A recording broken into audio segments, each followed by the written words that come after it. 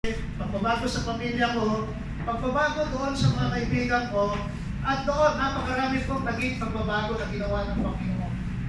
Unang-una po, pagbabago, nakita ko po rito, yun pong tungkol sa rebulto.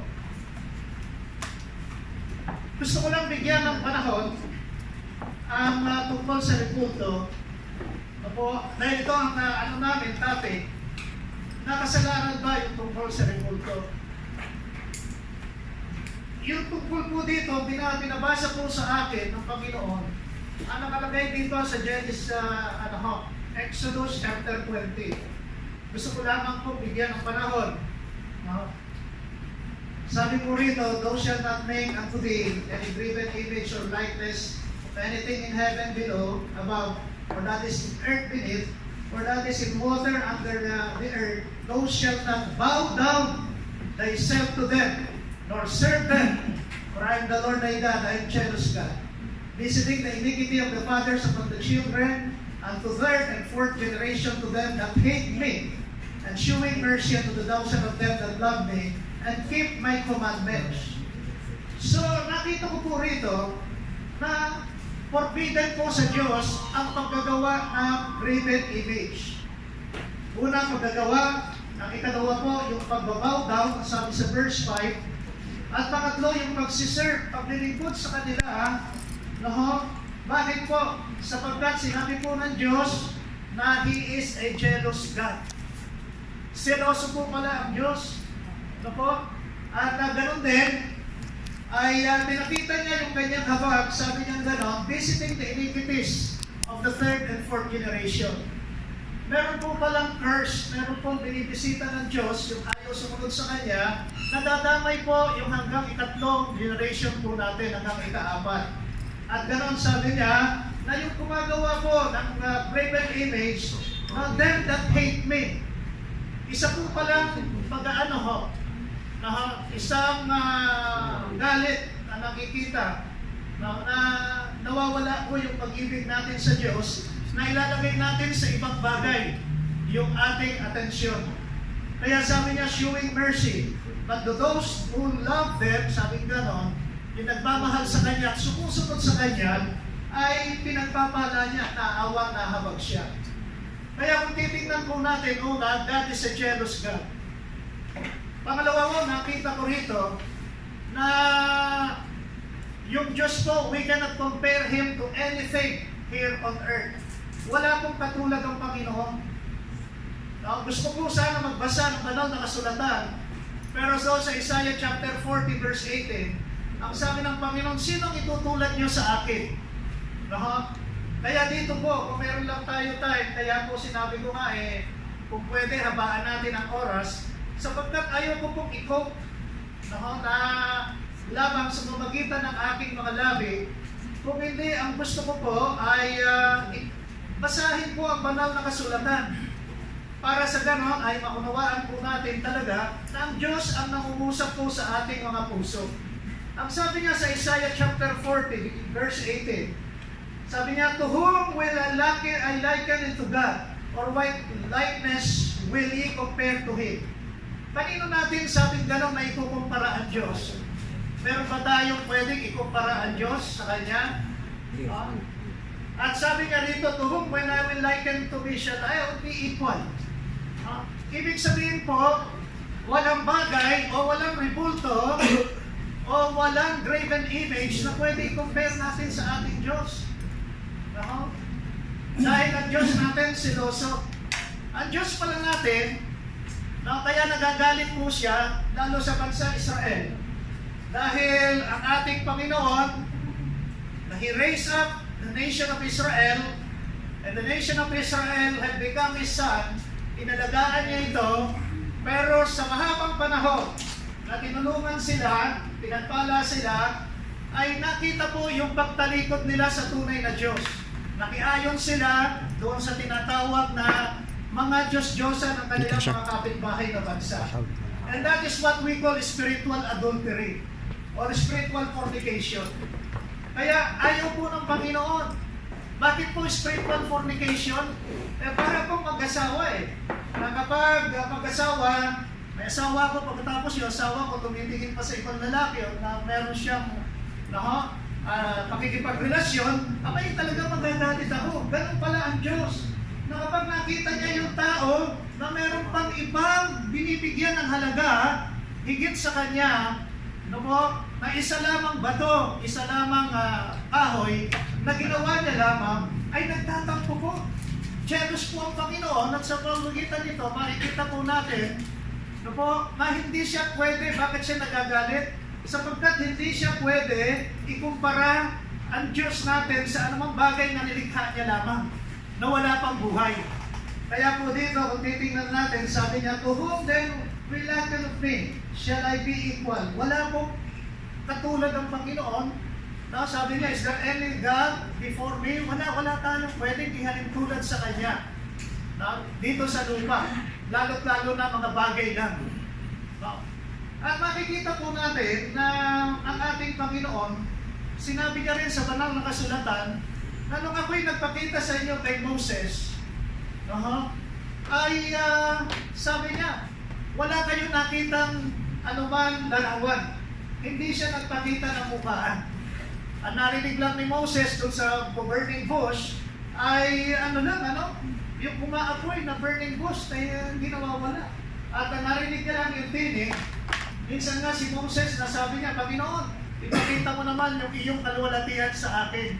Pero ang ginawa ng Lord, hindi niya pinakita ang kanyang mukha, kung hindi pinalagay siya doon sa bato, at pagkatapos tinakpan siya, at nung tinakpan siya, ay makikita natin, na talagang walang nakita si Moses na mukhaan ng Diyos. Hindi nagpakita ang Diyos. No? Bakit po hindi nagpakita ang Diyos? Kasi ayaw niya, meron pang revelation siya pagdating ng araw, doon sa langit, doon natin makikita ang kanyang mukha. Mukhaan, makikita natin, pero dito hindi pa. Kaya lang ang problema po natin, dahil sabi niya, hindi nga ako nagpakita sa inyo ng mukhaan, kundi tinig lang. Kaya kung titingnan natin maging si Moses, hindi niya nakita. Kaya lang ang problema, nung sila'y umalis na doon sa bansa ng Ehipto, at lumabas na sila, sinamahan sila ng Panginoon hanggang makarating sila doon sa wilderness, nagpagawa sila ng tinatawag na rebulto. Anyo, the golden calf. Kaya nga, umakyat si Moses 40 days and 40 nights siya, kinakausap niya ang Diyos. At ang Diyos naglalagay doon ang 10 commandments na ito nga ang isang bagay. Ang sabi niyang ganon, thou shalt not make any graven image in the likeness of in heaven, in earth below, and thou shalt not bow down before them, for I am a jealous God. Ang sabi ng Panginoon, and I will visit the iniquity of your generation, from the third and fourth generation. At sabi ganon, but I will show my mercy unto those who love me.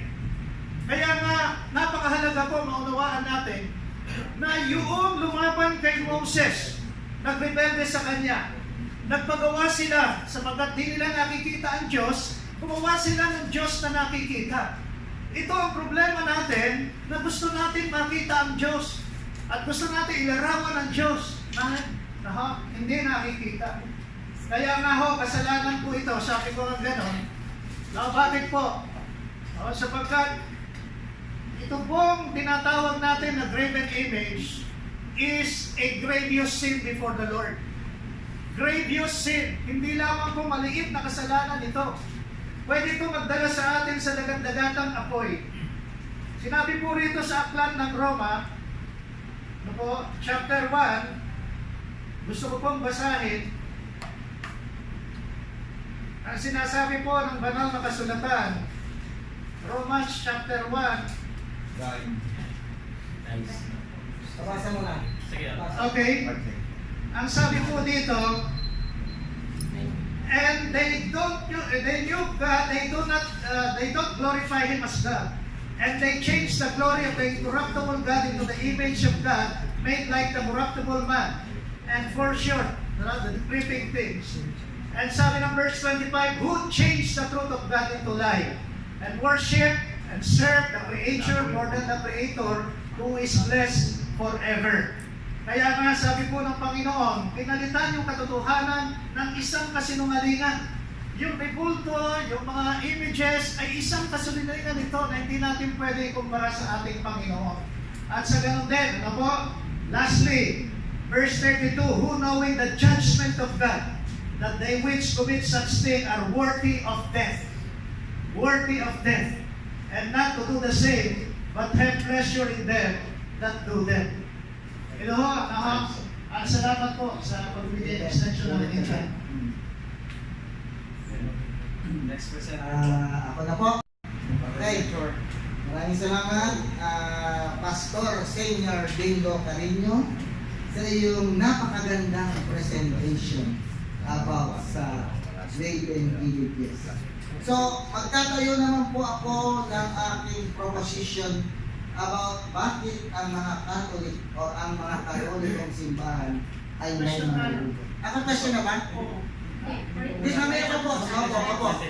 Bakit naman po kaming mga Katoliko ay may mga sinasabi nilang graven image? Graven image talaga yan. Pero, hindi po kailanman yan sinasamba ng mga Katoliko. Kung tayo po ay dating Katoliko, at lumipat sa ibang sekta at sinasabi mong sumasamba ka dyan, ikaw ang may diferensya, hindi ang simbahan. Amen? Wala nang tinuturo ang simbahan Katoliko na ang mga rebulto na nakikita sa anumang sulok ng aming simbahan ay sambahin bilang Diyos. Bakit kami mayroong mga ganon? Ano ang sabi sa Genesis?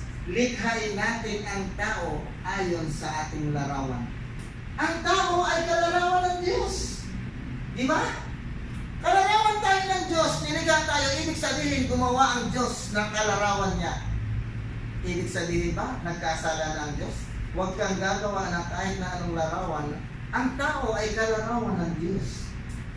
Ibig sabihin, guilty of adultery na ang Diyos. Hindi po gano'n ang unawa doon. Ano ba? Bakit kami may mga rebulto? Hindi bilang isang mga Diyos at hindi yan mga Diyos-Diyosan. Ang nakikita niyo pong mga rebulto sa aming simbahan, gaya ng rebulto ng Mahal na Birhen Maria, gaya ng rebulto ng Crucifix Christ, gaya ng mga rebulto ng mga mahanal, ay tanging mga paalala, mga representation ng mga taong tunay na banal na namuhay at tumungtong sa ibabaw ng lupa. Bakit sila ginawan? To imitate their faith. Hindi para sambahin ang kanilang rebulto o hindi para tularan ang kanilang pananampalataya. Sila po ang tinatawag namin hero of faith. Meron po tayong hero of revolution. Yan po yung mga bayani. Iba po ang hero of revolution na may mga rebulto at iba po ang hero of faith na mayroong mga rebulto. Mas matindi ang mga hero of faith kaysa sa revolution. Amen? Amen. Ganun po ang aming unawa bilang mga Katoliko kung bakit kami may rebulto. Hindi para sabihin, yan ay mga Diyos. Walang sino mang Katoliko o pare na nangangaral sa loob ng aming simbahan, sambahin niyan sapagkat yan ang ating Diyos. Wala pong ganun. At kung ikaw na Katoliko na iniisip mo na yan ay Diyos, hindi na po iyan turo ng simbahan, yan ay sarili mong kagustuhan. Kahit po ang aming mga dokumento o ang aming mga libro na nagpapatunay na ang pagbibigay namin ng parangal at papuri sa simbahan ng mga rebulto doon, tinatawag po namin yan veneration. Hindi po adoration. Act of veneration meaning to say, to respect, to honor, not worship as God. Wala po kaming katuruan na ganon. Ang aming mong pinagtataka, bakit ganon na lang ang bintang ng ibang sektang mga kapatid namin na umalis sa pananampalatayang Katoliko na matapos matanggap nila ang ganon nilang paniniwala, doon nila sasabihin na guilty of idolatry ang Katolik. Pero nung ikaw ay Katoliko pa, bakit hindi mo yan naiisip? Amen? Wala! Kahit kami, kung may mga rebulto o mga picture, mga larawan ng mga santo sa aming bahay, hindi po namin yan binabandera bilang mga Diyos. Hindi namin kinilalang bilang mga Diyos yan, kung hindi mga hero of faith. Kung si Rizal ay mayroong ributo doon, natural dahil siya ay bayani natin, national hero. Hindi para sambahin bilang Diyos. Inaalaya ng Bulaklak sa darating na December 30. Katatapos lang ni Bonifacio na inalaya ng Bulaklak doon sa monumento. Ibig bang sabihin, sinamba si Bonifacio bilang Diyos ng Ama ng Katipunan? Hindi. Bilang parangal, bilang pagpupugay sa kabutihang ginawa niya. Ang mga santo namin, bakit namin binibigyan ng ganon? Bilang parangal na sila ay namuhay, sumunod sa kalooban ng Diyos at binigyan namin sila ng ganong karangalan. Hindi para sambahin bilang Diyos-Diyosan o Diyos, kung hindi bilang respeto at paggalang sa kanilang pananampalataya. Di ba? Alalahanin ninyo, kaya sabi ng Hebro, ang mga namuno sa inyo at tularan ninyo ang kanilang pananampalataya. Papaano mo maaalala ang isang bagay kung wala kang nakikita? See? Kaya kami naglagay ng mga ganon. Alalahanin ninyo ang mga namuno sa inyo at tularan ninyo ang kanilang pananampalataya. Kaya pag nakikita namin ang mga ributo ni San Pablo, ang ributo na lalo-lalo na ang hino ni Jesus, naaalala namin kung gaano katindi ang mga pananampalataya ng mga taong iyon. Hindi ibig sabihin na ang ributong yun na ang mahal na direct. No! Dahil yun ay representative lamang na tinatawag namin prototype. Ginagalang namin sila. Kaya nga mayroon kami tinatawag na holy images. Hindi lahat ng larawan Diyos-Diyosan. Dahil kung lahat ng larawan Diyos-Diyosan, papaano ang larawan ni Jollibee na nandoon na nag-i-invite pumasok tayo dito? Diyos-Diyosan ba yun? Paano ang larawan ni Rizal na nakatungtong doon? Larawan ni Magellan na nakatungtong doon? Diyos-Diyosan ba yun? Ibig sabihin, ang Pilipinas, guilty of idolatry dahil sa katerbang mga ributo ng mga revolutionary hero ang nakatayo sa bawat pamalaan o sa bawat bayan ng ating Pilipinas. Mga Diyos-Diyosan ba yun? Dahil during the time na dumarating ang kanilang mga date of anniversary, pinararangalan sila? Hindi! Bilang patunay na paggalang at pag-alaala sa kanilang ginawa. Lalo na ang ating mga banal. Binabawal ba ng Diyos yan? Mamaya ko po ako magre-rebat sa aking napakinggan sa napakagandang bintang ng aming kapatid na senior pastor. Napakaganda ng inulat niya. Kaya kinukuri ko po bilang isang mananampalatayang Katoliko, bilang tagapagtanggol ng holy graven image na sinasabing pastor, itatayo ko po, wala kong tinuro ang simbahan, lalo-lalo na ang aming Santo Papa na lumuhod sambahin ang mga ribulto bilang Diyos. Wala kong ganun. Ang tinuro na sa amin, respect, honor. Bigyan ng parangal, bigyan ng papuri ang ribulto ng taong ilan. Bakit? Dahil ang mga taong yan ay tunay na totoong tao during that time na sila ay nabuhay. Ang Diyos-Diyosan ay isang representante ng isang taong hindi totoong nag-exist. Yan po ang kahulugan ng Diyos-Diyosan ayon kay San Pablo. Ang Diyos-Diyosan ay hindi tunay na nag-exist. Yan po ang meaning ng definition ng Diyos-Diyosan ayon kay San Pablo. Mga bagay na hindi totoo, Diyos-Diyosan yan. Ang aming ributo na mahal na dirin, nag-exist ba ang mahal na dirin? Yes, magbasa ka ng Bible. Binanggit ang nanay ni Jesus. Binanggit si San Pedro. Binanggit si San Pablo. Nag-exist ba lahat yan? Yes. Larawan man ng Diyos yan? Larawan. Oras ko na po ba? Di ba? Mag-ano ka lang kung ilang minutes na ako. Hindi po sila mga Diyos-Diyosan. Dahil sila ay mga totoong tao na namuhay during that time. Nakasalamuha nila si Jesus. Nakita nila si Jesus. Nahawakan nila ni si Jesus. Sabi ni John, at amin siyang nakita, nahawakan, at amin pinatutunayan. Di ba?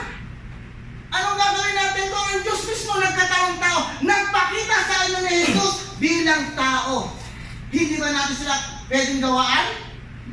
Dahil sa Old Testament sabi ni Pastor na ang Diyos daw hindi nagpapakita, pero gumawa na para ng Diyos, bumawa sa lupa, nagkatawang tao. Si Kristo ang larawan ng Diyos na hindi nakikita.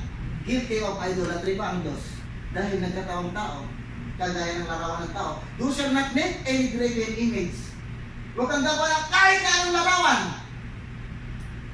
Pastor, mga kapatid, hindi lahat ng larawan Diyos-Diyosan.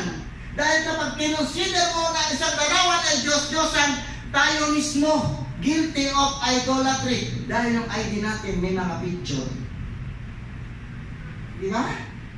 Hindi lahat ng larawan ay matatawag mong Diyos-Diyosan. Gaya nga ng sinabi ni San Pablo, ang Diyos-Diyosan ay mga bagay na hindi totoo. Ang mahal na birhen na may ribulto kami, totoo ba yan? Yes, nanay ni Jesus. Nagkataon, naging tao. Naging tao din yan. Ang mga apostol, ang mga santo, nagkataon tao ba yan? Namuhay ba yan dito sa lupa? Yes, totoo! Nakita, marami nakakita. Huwag natin sabihin during that time, walang magaling na mga eskultura during that time. Sa panahon nga ng Old Testament, ang sabi sa Exodus chapter 20 verse 4, huwag kang gagawa ng kahit na anong larawan na nasa langit na sa lupa, gumagapang. Sapagkat akong si Yahweh ay napamiliguin. Di ba? Jealous God. Pero anong sabi ng Diyos? Moses, Exodus chapter 25, verse 17, 18 to 19, and the following verse, gumawa ka ng dalawang gintong kerubin. At sa pamamagitan ng gintong kerubin yan, nandiyan kita tatagpuin at nandiyan ang aking presensya. Sabi ng Diyos, any kind of graven image kagaya ng nasa langit, kerubin, that is an angel. Ibig sabihin, ang utos ng Diyos, siya rin ang sumusuhay. Di ba? Pag nagbubuhay siya, bakit gagawa ka ng larawan ng kerubin? At ang kanilang mga pakpak ay nakabukal sa kabalantipan. At sa pamamagitan ng Ark of the Covenant na yan, daan kita tatagpuin. At ang mga pare, ang mga punong sacerdote, kapag sumasamba, nagpapatira pa sa harapan ng gintong kerubin na kung saan nandoon ang kabalantipan. Nagalit ba ang Diyos? Hindi. Ang Diyos pa mismo ang nagpagawa. Kaya hindi lahat ng ng mga graven image ay Diyos-Diyosan. Mamaya, hihintayin ko ang tanong kung sino yung mga Diyos-Diyosan na yan at itatanong ko rin sa kanya yan. Ano ba? Ang sabi ng Panginoon, dahil ang mga taga-Israel o mga Israelita, inilabas ni Moses doon sa ilang, ang titigas ng ulo. Anong ginawa? Nagreklamo kay Yahweh. Dahil sa katigasan ng ulo, si Yahweh nagpadala ng makamandag na ahas. Lahat ng matuklaw doon namamatay. Nagsisi ang mga Israelita. Anong sabi ng mga Israelita? Nagsisisi kami sa ginawa namin. Hindi magsunod kay Yahweh. Nanalangin si Moses, Panginoon, ano ang gagawin ko? Marami na namamatay sa mga makamandag na ahas na natutuklaw. Gumawa ka ng tansong ahas, ilagay mo doon. Saan? Sa tungkod. Lahat ng matuklaw, tuningin doon, hindi mamamatay. Ang sabi ng Diyos, huwag kang gagawa ng kahit na anong larawan, gumagapang sa lupa. Ang ahas gumagapang sa lupa. Guilty of idolatry ba? Ang sabi, di ba? Anong sabi ng Diyos? Huwag kang gagawa ng larawan na nasa langit. Yung angel na nakaroon doon sa gintong kerubin. At ano pa? At ang tondang tipanan, noong tondang tipanan pa lang doon. Doon sa time na yun, sa tondang tipanan na yun, ang mga nandoon ay mga kagamitan ginagamit nila sa pagsamba nila kay Yahweh. May ribulto? Mayroon. Dahil ang lahat ng tondang tipanan na yun, bordado ng mga kerubin. Mamaya, bibigay ko po ang talata sa aking ribat. Tondang tipanan pa lang yan, wala pa yung templo. Nandoon na ang kerubin na nasa ibabaw ng arka.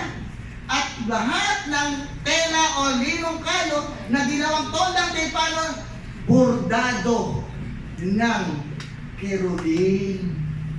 Nagalit ang Diyos, hindi. Dahil yan ay gamit nila sa pagsamba kay Yahweh. Mamaya po yung talata, maririnig nyo na sa katerbang mga ribulto na mga larawan na inukit na mukha ng tao, ribulto ng leon, ribulto ng leopardo, ribulto ng ox, rebulto ng ginawa at inilagay doon sa Temple of Solomon. Ano sabi ng Panginoon? Sa templo yan, mananatili ako magpakailanman. Nangalit ang Diyos. Naggumawa no that time na wala na ang templong tibanan. Nagpagawa siya ng tirahan niya. Ano nilagay? Ni Solomon, nilagyan ng napakalaking 10 cubic feet sa bulwagan ng templo, ng 10 cubic feet na kerubin. Sa bulwagan pa lang yan ng templo. Doon pa pagpasok man sa Holy of Holies. 5 seconds. Nandito na. Marami. Maraming mga rebulto ang ginawa, nagkakamitan sa pagsamba nila sa tunay na Diyos na si Yahweh. Amen. Okay, doon lang po. Ano po? Marami pong mga rebulto doon sa templo. Hindi lamang po sa tolda timanan na ginawa yung parang tent, pero nang nagpatayo na ang Diyos kay Solomon ng isang malaking templo, kadkad na ng mga rebulto sa loob. Hindi nagalit dahil sa presensya ng Diyos doon sa templo na tagtad ng mga rebulto na mukha ng tao ng leon, hindi sila makapasok. Bakit? Nandoon ang kaluwalhatian ni Yahweh. Magbasa tayo ang minsan-minsan ng Bible. Hindi yung buklat ng kung ano-ano. Yun lamang po puli ng Panginoon.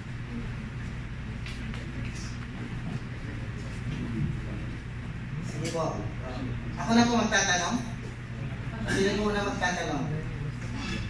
Si Pastor o ako na magtatanong? Okay. 5 tanong lang. Okay. Pastor, ito po ang aking napakagandang tanong mula sa iyong napakagandang presentation. Ang sabi mo po, jealous ang God at huwag gagawa ng kahit na anong rebulto. Ang tanong, ano pong purpose ng Diyos? Bakit po siya nagpagawa ng rebultong kerubin? Ano po ang purpose ng Diyos? Unang-una, hindi po ako nagsabi. Kaya kung nga binasa yung Bible, ang Diyos po ang nagsabi na siya'y jealous. Apo. Pangalawa, yung po pinagawa niya mga kerubin, pinagawa niya po yun. Kasi yung mga Diyos nagpapagawa, binibigay niya kung sino ang gagawa, kung sino ang magkakarp, kung sino at anong disenyo, kung anong kulay, anong laki, anong lapan. Perfect ho pag ang Diyos ang nag-usap. Pero dito sa atin, hindi naman yung mga rebulto ngayon ang gumawa, hindi naman ang Diyos ang nagpagawa nito. Okay. At hindi, magaling sa Diyos ang sukat, ang laki, at ang itsura. Okay. Pangalawa na tanong, Pastor. Sabi po ninyo, hindi sa Diyos galing ang mga sukat. Yung pong templong ginawa Sa Diyos galing ang mga sukat. Opo, yung pong templong pinagawa ni Solomon, yung mga rebulto doon, yung mga inukit na mukha ng tao naman, meron po bang inutos ang Diyos sa kanya na may mga sukat yun o wala? Pero hindi nagpapagawa ang Diyos nang wala Ano po ang inyong batayan? Ang pagpunay ko, ang Diyos ang nagbigay ng wisdom doon kay, ay kay Bezalel. Si Bezalel ang gumawa na sa kalahab. Siya nagbigay ng wisdom. Siya nagbigay ng karunungan at kakayanan. Kaya siya rin ang nagbigay ng tamang mga sukat at sa doon sa pinagawa. Kahit na kay Moses, yung pinagawa niyang tabernakulo, galing yun sa kalangitan. Kaya nga, pag ang Diyos na nag-utos, sumusunod tayo. Pero kapag hindi ang Diyos na nag-utos, ay baka mamaya tayo ang nangunguna sa Diyos. At sa halip na makatulong tayo sa pananampalataya, makakasira po tayo ng pananampalataya. Pastor, sabi niyo pag nag-utos ang Diyos, wala pong nag-utos kay Solomon na ang templo lagyan niya ng mga rebulto. Bakit niya po yun nalagyan? Ang inutos niya kay Bezalel, kaya si Solomon siya nagpagawa ng templo, ngunit ang Diyos ang nag-usap kay Bezalel. Ang tanong ko po, sabi niya po, ni Solomon. Hindi, sabi niya po, dapat po inuutos ng Diyos. Yung pong Babasahin ko po mamaya, mag-iutos ng Diyos. Yung pong sinabi ko po, di ba, gumawa siya ng Exekiel 41, ang Diyos ang nag-utos.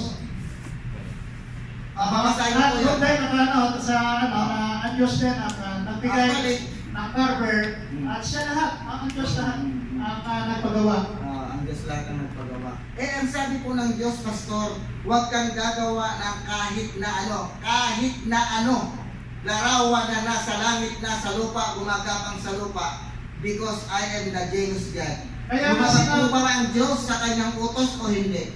Kaya nga sinabi ng Diyos yan, huwag magpagawa kasi hindi naman siya nagpapagawa. Huwag ka tayong gagawa kung hindi siya nagpapagawa. Yan ang ibig sabihin ng Exodus 20. Thou shalt not make an agreement in image in likeness in heaven, earth below, and thou shalt not bow down. Kaya ibig sabihin, pag siya nag-utos, gawa tayo. Pero sinabi niya nga, huwag. Kaya huwag tayong gumawa. Hindi po, ang tanong ko, Pastor. Yan ang ibig sabihin ng Genesis chapter 20. Huwag. Chapter 20. Saan huwag kang gagawa ang sabi ng Diyos. Di ba gumawa? Ang tanong ko po, lumabag po ba ang Diyos sa utos niya o hindi kayo nagpagawa siya? Hindi niya nilalabag yung utos niya. Lumalabag yung gumagawa. Kasi tingnan natin. Ang mga gumagawa dito, tingnan mo, hindi naman sila pinagawa. Ang nangyari, karamihan po ng mga ginagawa natin, abay kung sinong gumagawa nito, iba may ano pa may nagsusugang pa, umiinom pa, kung titignan mo yung pabrika ng kagawaan nito, kaya nga ginunaw ito ng Lord doon sa lugar na kung saan sa Pinalin, gumagawaan ang napakaraming dibulto. Pinapunan ito ng galit ang Diyos kapag ganun pag gumagawa. So, nagagalit Kaya ang pag Diyos. tayo gumawa ka, ginawa mo Diyos, tinawagit mo, hindi ka pinagawa. Okay, sabi niya po, nagagalit ang Diyos sa gumagawa ng ribulto. Nagagalit siya kasi hindi sinusunod ang utos niya. Opo, sabi niya po, nagagalit ang Diyos sa gumagawa ng ribulto. Dahil din ang utos. Opo, ang tanong ko po, bakit po hindi siya nagalit sa sarili niya, gayon nagpagawa po siya? Siyempre, kasi may layunin siya pansarili. Ayun, may layunin pala. Kasi hindi naman niya pinasasamba yun. Okay. Okay na po. Ano sabi ng Panalabas, my ways is not your ways, neither your thoughts your thoughts. For the heaven is made higher than the earth, so that my thought is higher than your thought, and my ways is higher than your ways. Last Mataas question. ang aking kaisipan, ang sabi ng Panginoon kaysa kayong kakaisipan. Okay, last Mataas question. sabi nga kaysa sa inyong daan, yun ang sabi ng Panginoon. Last question, Iba Pastor. ang isip ng Diyos, iba ang isip ng tao. Lahat po ba ng mga ribulto ay Diyos-Diyosan? Kapag dating sa relihiyon ang pinag-uusapan, Diyos-Diyosan lahat yan. Kaya yung example mo, tingnan mo yung example niya, Rizal, hindi naman Diyos-Diyosan, bakit? Kahit napatirapaan mo, luhuran mo yon, sinasampa mo ba? Ibig sabihin, sabihin mo na magsulatan, gusto mo ipakita po rito, yan saya. Unang-una, ano po ba yung tinatawag na graven image? It is a representation of anything.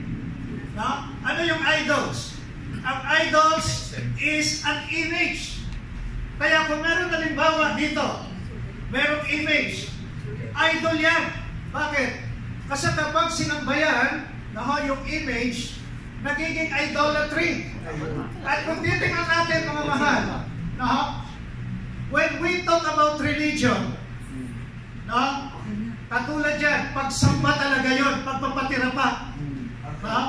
Sinasabi naman ng religion naman natin Si Jollibee na sinabi mo, hindi naman tungkol sa religion And when we talk of religion, at pinag-uusapan, kapag tungkol na sa Diyos, pag sumamba ka sa ibang bagay, lumabag ka kay Jollibee, ginawa mo, nanalangin ka, binigyan mo na, ginawa mo Diyos. Abay, Diyos-Diyosan talaga. And when we talk about God, makinig po sa dali. Ang Diyos andun sa langit Andito yung ribulto Iba ang Diyos, iba ang ribulto.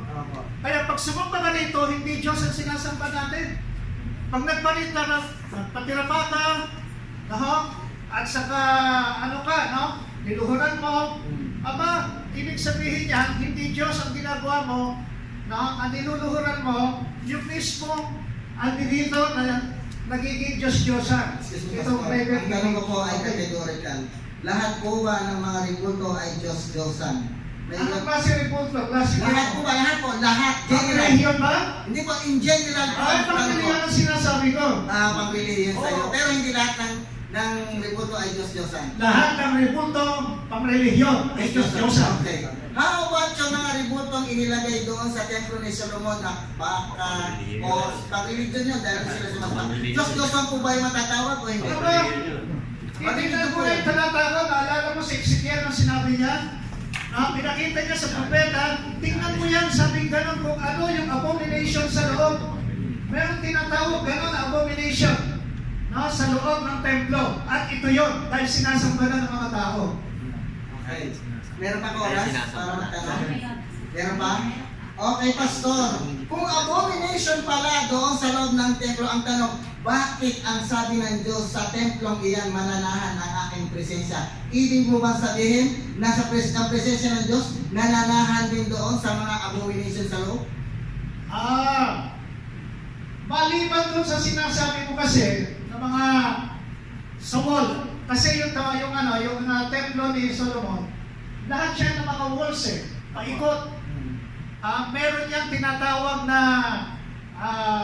cherubim. Cherubim At po. saka meron niyang dahon.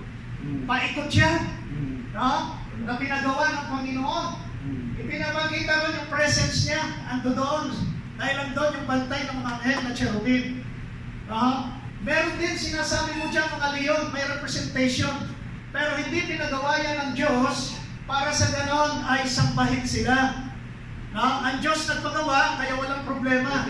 Pero dito sa atin, kung tayo nagpapagawa ng mga ribulto, object for religious, nagiging Diyos-Diyosan niya. Kasi bakit po?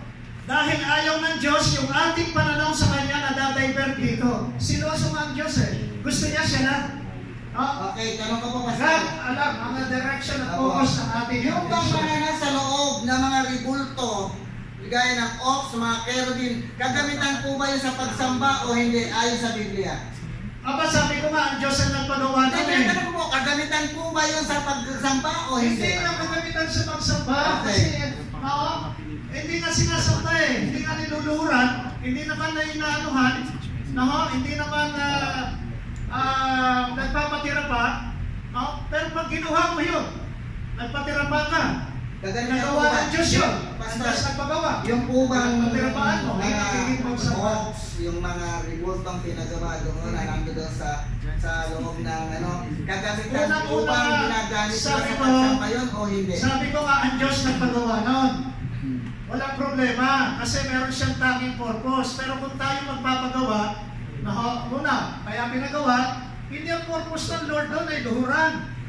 Ang pag pinag-uusapan natin, pagluhod, pagtira pa, hindi naman nila ginawa yun Tinatanong ko lang po, kagamitan po ba yun na gamit sa Hindi. pagsamba? Okay. Kasi hindi sabi naman po, sinasama. Kasi sabi po rito sa Exodus 35:21, lahat ng nais tumulong ay naghandog kay Yahweh na inaakala nilang magagamit sa paggawa ng todang tipanan ng mga kagamitang pagsamba at ng kasuotan ng mga pari. Sino po yung nagsasabi ng totoo, Pastor? Yung Exodus o kayo po?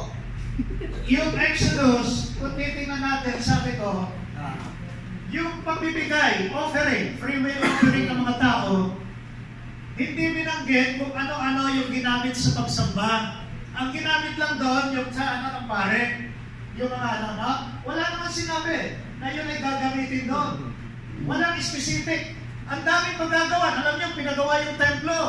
Ang totoo, nagpagawa ang Lord ng nung shed, yung bubong. Tolda. Nagpagawa rin ng Panginoon ng tinatawag na labor brush. Pagpasok mo pala, may labor brush pa. Pagpunta mo rin, meron na ark, yung 7 candlestick, may showbread. Pagpasok mo, may o lahat ng yun.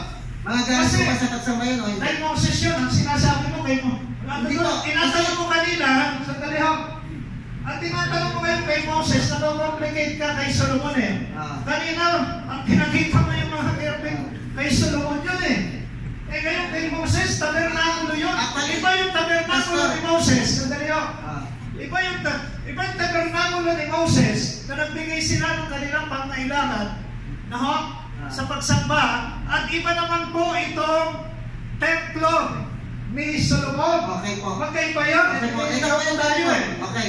Sabi niyo po magkaiba, di ba? Ito po yung sabi ni San Pablo sa Hebrew chapter 9, 1 and the following verse, ang pagsamba dito sa lupa at doon sa langit. In-specify nga sa loob ng templo. Ando doon yung ilawan, ando doon yung cherubim. Ganun din po ba ang nakalagay sa toldang tipanan ni Moses o hindi? Sabi ko nga, iba yung kay Ganun din po ba ang Hindi nilalaman sila nun? magkapareho.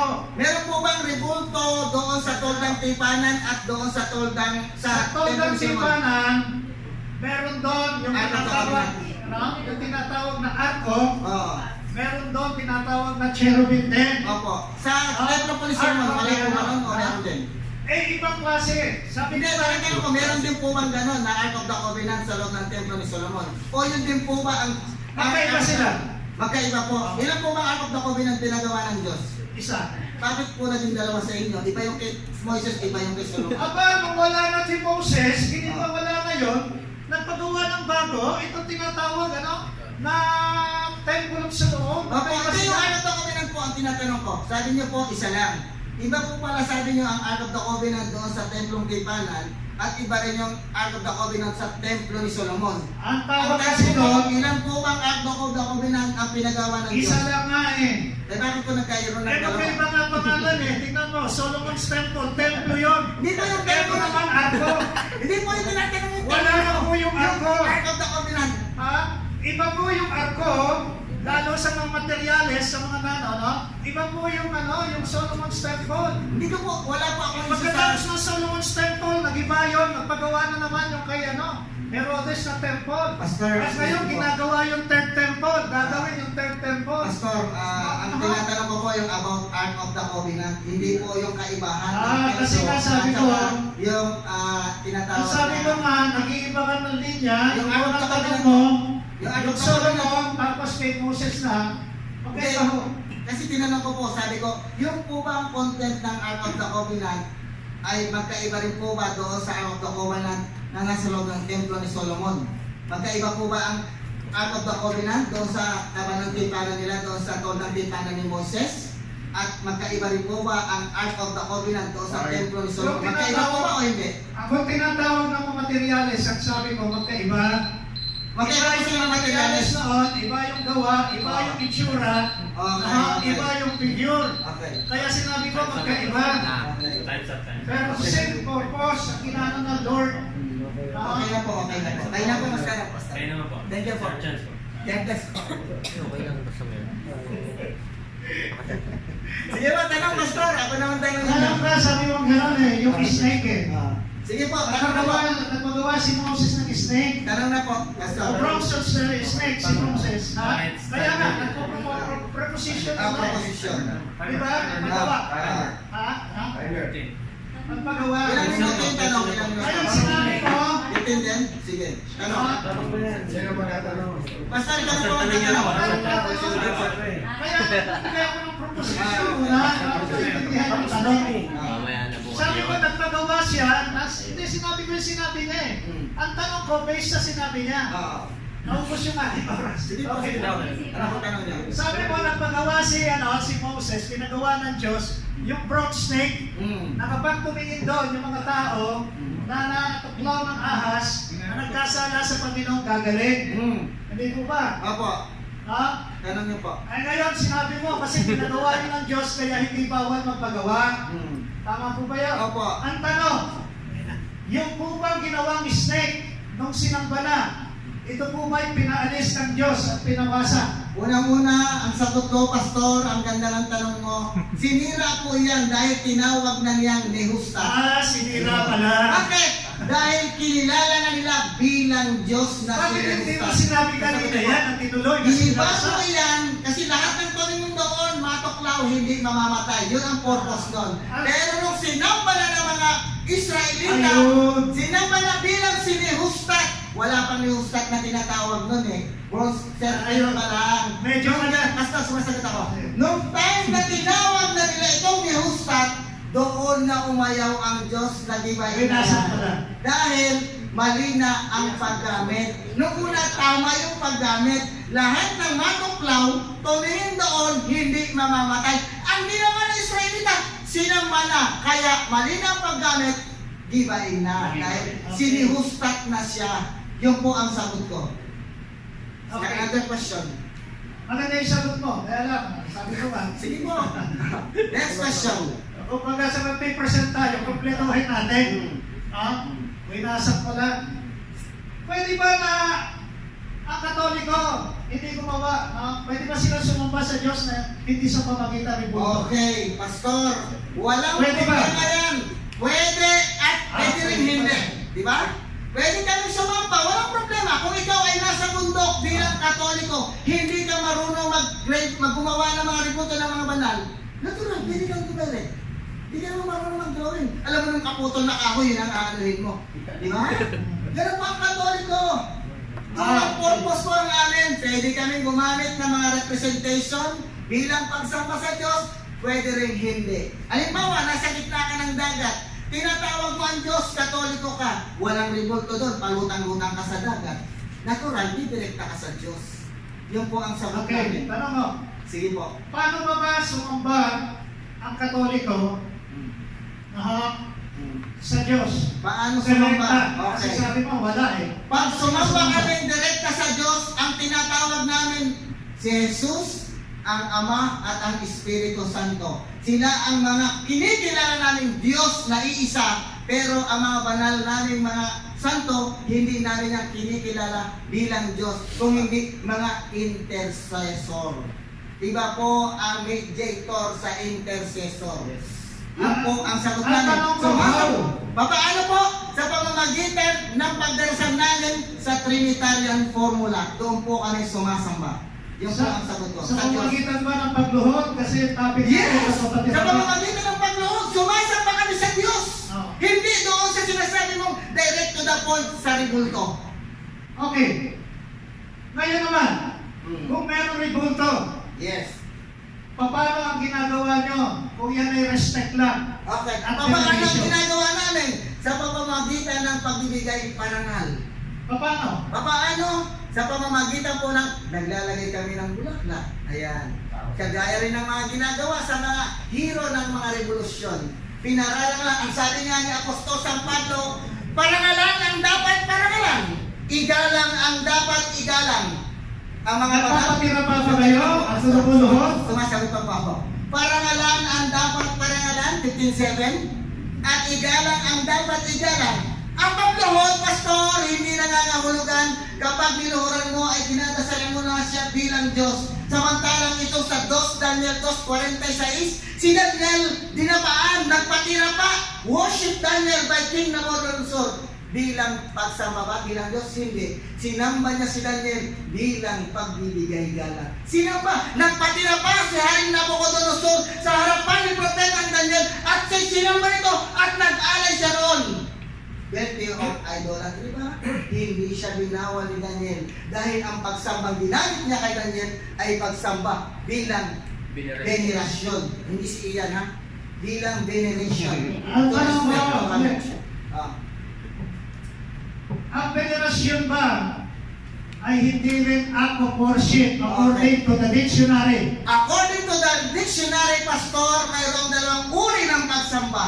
Tinatawag na veneration, acts of respect and honor, at yung adoration of latria sa Diyos lamang po yun ibinibigay. Ang acts of veneration, ibinibigay namin iyan bilang paggalang sa mga taong banal, sa mga taong mga alipin ng Diyos, sa mga taong servant of God, hindi bilang sabay, bilang Diyos, kundi irespeto, igalang. Gaya nga ng ibinigay kong talata, ano sabi? Igalang ang dapat igalang. Alalahanin niyo sila, tularan niyo ang kanilang pananampalataya, hindi para sambahin bilang Diyos. Kaya nga ayon sa dictionary, Pastor, iba ang acts of veneration sa acts of adoration. Ang acts of adoration o yung tinatawag sa latria ay para lamang sa Diyos yan. Pero ang acts of veneration, pwede mong gamitin yan kahit sa siyota mo.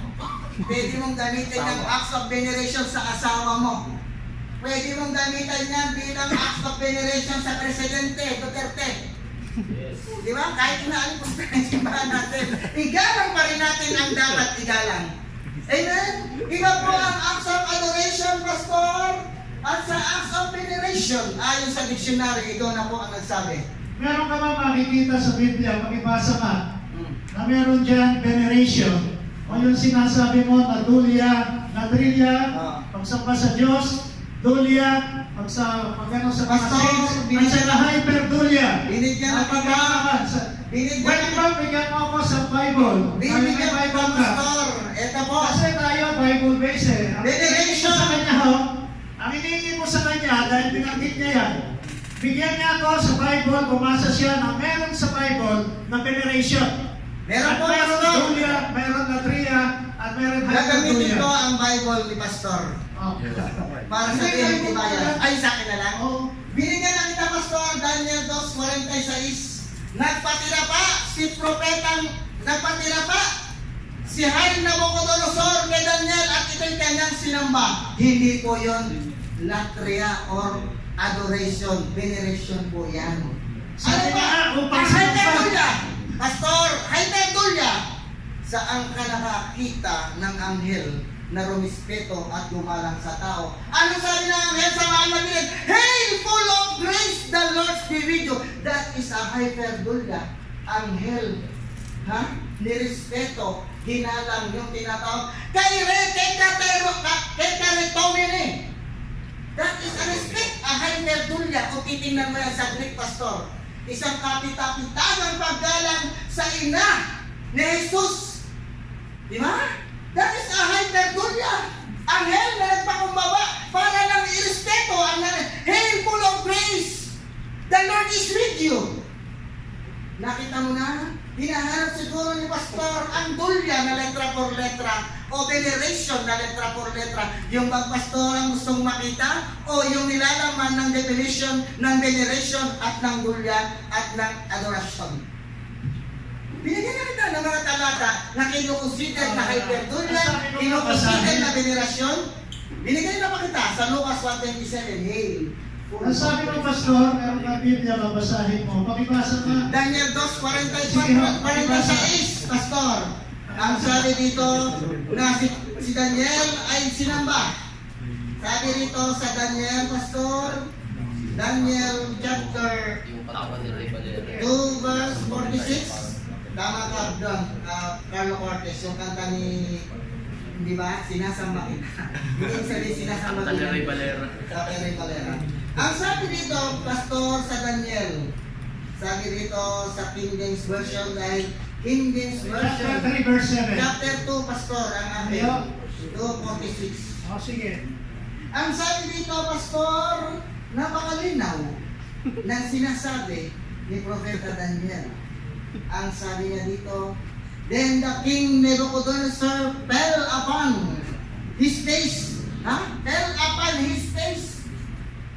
Fell upon his face and worshipped Daniel and commanded that they should offer an oblation and sweet odor unto him. That is called worship for veneration, not worship for adoration or latria. Di ba? Sino yung sinamba niya? Si Daniel, at inutusan niya mag-offer ito sa kanya. Hindi po yan nangangahulugan na sinamba niya si Daniel bilang Diyos, kundi bilang propeta at lingkod ng Diyos. Dahil sa Revelation din, Pastor, ano ang sabi doon sa anghel ng Sardis? At paluluhurin ko at pasasampahin sa harapan mo. Ang Diyos na nagsabi nun sa anghel ng Sardis na walang iba kundi ang obispo na itinalaga ni San Juan. Sino yon? Mamaya sasabihin ko kung sino yon. Paluluhurin ko at pasasampahin ko sa harapan mo ang nagpapakilala sila Hudyo at hindi. Ang Diyos na nagutos yan sa anghel ng Sardis. Palalapitin ko at pasasambahin ko at paluluhurin ko sa harapan mo ang nagsasabing sila'y Hudyo, ngunit hindi naman. Pasasambahin ko ng Diyos o sa anghel ng Sardis ng Philadelphia? Hindi. Pasasambahin to respect, to honor, or paggalang, not an act of latria or adoration. Yun po ang sabi ko. Tanong, Pastor. Nag-isip na si Pastor. Okay, ang tanong ko, unang-una, tinanong ko sa iyo yung veneration sabi mo, basahin mo. Binasa ko po yung At Daniel. nagano ka ng veneration, ang worship din pala. Apo. Ganun din pala Tama yung sabi ko, ng veneration is worship. Mahalaga, kung hindi pa natin, Yung nakasulat sa binasa niya, Pastor, tanong and ako. Daniel worship. Yung word na veneration kasi prostrate. At tawag doon sa English to prostrate. And when you prostrate, from the word personyo, Greek word, ibig sabihin, it only for the Lord. Pastor, magtanong ako, Kung hindi ka po pag-aaralan mo yung Grego, magkukunan. natin ang muna niya. Mr. Moderator, magtatanong po siya, hindi ko siya magkukunan. Okay, okay. Opo, magtatanong po siya, hindi ko siya magkukunan. Ang tanong ay, sinabi mo na hindi tinuturo yan ng Katoliko. Yes, Pastor, nasambahin ang mga rebulto bilang mga Diyos. Pakita mo nga sa akin sa turo nyo na hindi sinasamba. Okay. Sa CCC po yan, mababasa na Kaya yan. nga, Okay. buksan mo sa CCC. Actually, ang usapan kasi natin, kaya hindi ako nagdala ng CCC, Bible alone lang yung ating ano. Pag gumamit ako niyan, sasabihin mo, lumawas ka na sa tema. Okay? Hindi, kaya ako nagtanong. Bible alone lang natin yan. Meron ako rito ng CCC Okay. sa cellphone. Sige, Ang sabi doon, na ang pagsamba sa rebulto ay hindi nangangahulugan yung rebulto na ang sinasamba, kundi it is a prototype, representation lang doon sa tunay na sinasamba natin na nasa langit. Ano sabi? Lumapit kayo sa mga espiritu ng mga banal. Na, Ano? Sige po. Yung salitang prototype, Ah, ibig sabihin ba yun? Proto, ibig sabihin ba yun? Iba talaga ang Diyos, iba yung prototype niya. okay. Ang sasagot po niya, Okay, dictionary iba po talaga. Okay. ito po ang ibig sabihin ng prototype. Kasi binibigyan mo ng self-interpretation mo. Kaya Ay, hindi. Kaya nga ikaw ang ito po ang sasagot. Para po malaman natin na ano ang prototype. An original or first model of something from which other forms are copied Kapit, pro, or first. developed. Someone or something that has the typical qualities of a particular group, kind, etc. A first, kaya nga proto means first. Okay, nasagot mo na, Pastor. Or early example, ayan first or early example that is used as model for what comes later. Model. Kung model, iba pala talaga yung Diyos, iba naman Walang yung Diyos problema, Diyos. Pastor. Prototype. Wag na pong mag-comment. Magkaiba talaga sila. Mamaya po yung komentary ng Pastor. Magtanong ka po. Yung po yung rules natin. Ang ano po, Pastor? Magtatanong ka po, hindi ka po Okay, magko-comment. gipay ko na yung 5 seconds.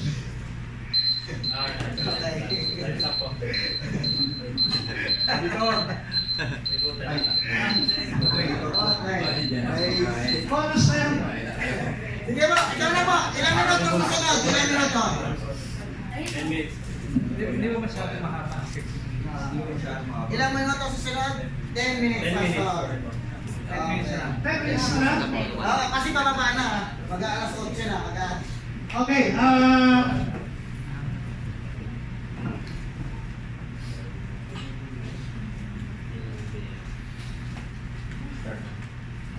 meron pong reason kung bakit gumagawa ng idols. At yung iba, binanggit niya na po kung ano yung mga reason na ito. Magitin ko na rin yung unang-una, ang unang reason kung bakit gumagawa ng idols ay for visual aids. Katwiran po yan. Bakit? Sapagkat noong panahon na yon, wala pang nagawang Biblia, nangangaral na by oral tradition, yung mga apostol, at after ng many years, only yung tinatawag na around 400 years, 300 to 400 years, saka lang i-introduce itong rebulto. Ang mga apostol noon, hindi gumamit ng mga rebulto o ng mga imahid. Kaya nga ho, visual age, dahil noon, ay Gentiles ho, at hindi pa marunong magbasa yung iba, hindi pa mataas ang intelektual, ginamit ito ng Roman Empire o ng Roman na nasa Roman Empire upang sa ganun makakilala yung iba through demonstration. Pero naging pagano yun sapagkat kinopya nila yung pamamaraan ng mga hentil. Sabi ng gano'n, ano? Yung nangyaring yun, lalo sa ngayon, ay nabago na ang isip ng tao. Sa ngayon, intellectual na tayo, hindi na natin kailangan ng visual age. Hindi na kailangan kasi marunong na tayo magbasa ng Biblia, nakakilala na tayo sa Panginoon. Hindi na kailangan natin yung mga bagay na yan na sinasabi na visual age lang. Pangalawa ho, yung tinatawag na inspiration. Ginagamit yan, inspiration ko lang ito eh. Hindi ko naman yung idol eh. Another katwiran ko yan. Pero dinadamaan, inspiration lang pala. Tapos magpapatira pa, luluhod, at sasamba. Eh hindi na ho inspiration yun. Bakit inspiration sapagkat gusto nila na magkaroon ng help, katulong. Kasi kung wala yung rebulto, minsan ang tao, nakikita niya na wala siyang katulong sa pananambahan. Eh hindi nga ho nakakatulong lalo yun eh. Ipinakikita lang yung kahinaan natin ng pananampalataya. Ang Diyos hindi nakikita. Hindi siya nagpapakita ang Diyos. Kaya ngayon, anong sabi sa Hebrews chapter 11 verse 1? Faith is the substance of things hoped for, the evidence of things unseen. Ibig sabihin, ang ginagamit ang pananampalataya sa bagay na hindi nakikita. Hindi ginagamit ang pananampalataya sa bagay na nakikita. Yan ang ginamit ko ito. Sa rebulto nakikita mo, hindi na pananampalataya yan. At hindi na yan nakakatulong sa atin, lalong nalalayo, napopokus natin ang attention dyan, kaysa doon lang sa Diyos na lumikha ng langit at ng lupa, na dapat lang siyang sambahin. Reminder. Eh kung reminder lang yan eh, no? Bakit ganun nga? Sabihin ganun. Binibigyan natin ang paglilingkod ng atensyon. Bakit kailangan yan? Ano? Magpatira pa tayo, luhuran natin, bigyan natin ang bulaklak, anuhan ang kandila, yung altar. Reminder lang pala yan. No? Bakit binibigyan natin ang halaga, yung mga ginawang ganyan kaysa magbigay tayo ng atensyon directly sa Diyos? Nahati yung ating oras eh. Minsan kinakausap pa. No? Hindi lang reminder. Takwiran lang po yung reminder. Ganon din. Sabi nila, representation lang yan eh. Hindi naman natin sinasamba yan eh. Nire-represent lang yan yung Diyos. Yun ang iniisip natin. Pero totoo nga ba representation yun? Sabi nga ganon. Kasalanan yan, di ba? Sumamba, lumuhod, pinalagaan mo, at tinignan mo. Hindi lamang nagre-represent yun. How can you represent a living God? Kapag ang buhay, hindi kailangan ng representation. Katulad na Rizal at saka yung mga patay na bayani, sabi mo, representation yan eh, kasi patay na sila. Pero ang Diyos natin, how can you represent a living God? Buhay ang Diyos natin. Sabi nga ganun, ang Diyos hindi nanamaan sa ginawa ng kamay ng tao. Wala doon ang Diyos. Ang Diyos, sabi nga ganun, sa Corinthians 3:16, no? Ano sabi ng Panginoon? Hindi ba kayo templo ng Diyos? Kung nasa sa atin ang amahan ng Diyos, ibig sabihin wala yun doon. Ba't natin luluhuran yun? Ba't natin sasambahin? So, ulitin ko ulit, you cannot represent a living God. Wala siyang representative kasi buhay siya. Andito siya. Ba't kailangan maggumawa? Andiyan siya. Huh? Andiyan ang Diyos, buhay siya. Nararamdaman. Nararanasan. Andi dito, bakit mo bibigyan ng iba? Kung patay ang Diyos mo, gawan mo ng libulto. Ang ginagawa lang ng libulto yung mga patay. Ang mga buhay na katulad ng Diyos, hindi ginagawa ng libulto. Ganon din naman, decoration lang daw. Kapag kung decoration yan, luluhuran mo pa, paalala lang daw. Pero binibigyan mo ng higit sa decoration eh. Binibigyan mo importansya. Nahati ang pagkilala mo sa Diyos. Kaya nga very jealous ang Lord eh. Pag tinignan tayong ganon, siguro tinitingnan tayo ng Diyos, naku, iilin sa atin. No? Spiritual idolatry, spiritual adultery. Iba ang binibigyan natin ng Kaya nga, representative daw, hindi decoration. Ang totoo dyan, ginagawa natin amulet miraculous instrument. Na kapag tinignan natin yon, ang ginagawa natin, para silang may kapangyarihan, parang buhay. Parang buhay, parang may kapangyarihan. Parang diyan na magbibigay ng kagalingan sa atin, hindi sa Diyos. Kaya nga minsan, sa halip na gumagawa ng himala, ang Diyos direkta sa atin, na-ascribe natin sa mga ganyan. We are deceived that we could ascribe the miracles of God diretso sa Kanya sa mga bagay na yan. Ang totoo dyan kapag meron mga himala, nakita natin, lapit agad tayo. Pag meron lang himala na umiiyak, takbuhan na lahat ng mga Pilipino. Pag nakita natin dyan, mamaya, explain to. Kaya nga sabi ko ganyan, hindi ito po ay only tradition na ginagawa muna ng tao. Mamaya, bibigyan ko katwiran ito. Kung meron pa ako tayo, ilang minutes ba? 3 minutes pa, Pastor. Marami pa. 3 minutes. 3 minutes? 3 minutes. 2.5. Okay, dito sa dito sa Acts chapter 17. Alam niyo ito, anong sabi ng Biblia? Si Paul po, nag-aral po sa Athens, sabi niya ganyan. Paul stood in the midst of Marseille and said, "Ye men, Athens, I perceive that your things you are too superpure sa superstition." Kaya ito, superstition, bakit ito? Sapagkat nakita niya po dito sa Athens, sa Marseille, na ang dami po na naniniwala at sabi ganon, nakakita siya na sabi niya to the unknown God. Very religious po sila, pero nakita nila unknown God. At sabi po dito, "For I passed by, beheld your devotion, I found an altar with this inscription." May altar, may inscription, "To the unknown God, whom therefore ye all ignorantly worship, and Him declare unto you." Pinakita ni Paul, very religious sila, pero sabi ni Paul, you're worshiping ignorantly. At sabi niya, you're too superstition. Ano ang sabi niya po rito? God had not made the world of all things therein. Verse 24, "Of heaven and earth dwelleth not." Sabi nga lang, God does not dwell in the temples made by hand.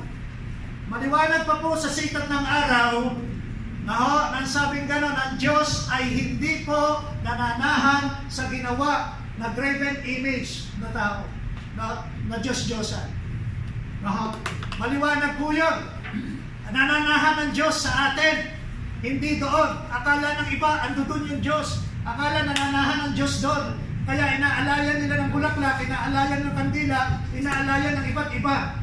Na pagsamba, pagpapatira pa, at pagyuyukot. Hindi ho. Ang sabi rito, neither worship with men's hands. Huwag natin daw sambahin yung ginawa ng kamay ng tao. Don't need things, in given all life, breath and all things. At sabi niya rito, we are also of His spirit. Sabi ni Pablo, tayo ay mga anak ng Diyos. Sabi gano'n, for as much He ought not to think Godhead is like gold. Huwag natin sabihin ang Godhead ay Diyos. Gold, stone. Bigyan mo lang sandali. Ang sabi niya, times of ignorance. The times of ignorance of God. Naging ignorante tayo sa Diyos. Nakisama tayo sa gano'n. Ngunit ang sabi po rito ni Pablo, but now commanded all men everywhere to repent. Okay. Sabi ni Pablo, lahat magsisi tayo ng pagsamba dito sa mga Diyos-Diyosan dito. Minuto yung tanong ko. And then may judgment po sa kasunod to. Okay, Pastor, ito ang una kong tanong ayon sa bibig na lumabas sa iyo. Ang sabi mo, ang mga patay lang dapat ang gagawa ng ribulto. Ang mga santo ba namin, mga patay na, dapat po ba silang gawa ng ribulto o hindi? Pass away, ang sabing gano'n. Hindi, sabi mo, Pastor. Titignan natin Sabi sa... Pastor, ang mga dapat lang gawa ng ribulto, ang mga patay. Namatay na ang aming mga santo, kaya sila mga santo, patay na. Dapat silang gawan ba ng ribulto o hindi? Namatay pa sila o hindi? Hindi kinatawag ko sila, namatay ko sila, di ba? Yung kanilang human body. Sabi mo, ang mga patay ay lang dapat ang gagawa ng ribulto. Ang mga santo namin na mga namatay ang kanilang human body. Dapat po ba silang gawa ng ribulto o hindi? yung Diyos, buhay, sabi ko kaya hindi dapat gawa ng rebulto. Eto na napatay, ginagawa niyo nga ng rebulto Ang mali nito, Ang tanong ko po ay sabi niya ang mga patay lang dapat ang gagawa ng rebulto. Ang mga santo namin mga namatay na. Dapat po ba silang gawa ng rebulto o hindi? nagbigay ako illustration na hindi religious yung binabanggit ko ron. Katulad ni Rizal. Binanggit ko katulad ni Rizal. Hindi dapat gawa na, dapat ginawa ng rebulto. Binanggit ko kasi dyan mga heroes. Kaya yung mga heroes na sinasabi mo, hindi yun ang ginagawa ng mga rebulto. Pero kung sasabihin mo, yung inyong mga Pastor, ang tanong ko po, gaya ng sabi mo, ang mga patay lang dapat ang gagawa ng rebulto, narinig nila. Ang tanong, ang mga santo namin ay mga namatay na. Pwede po ba silang gawa ng rebulto o hindi? Pwede po ba o hindi? Yes or no lang. Hindi naman tinatanong kung Diyos. Sabi mo, ang mga patay lang dapat ang gawa ng rebulto. Ang aming mga santo ay mga matagal nang pumanaw. Dapat pa po ba silang gawa ng rebulto o i-reply ko hindi? yan kung yan ang sinabi ko. Dapat po ba o hindi?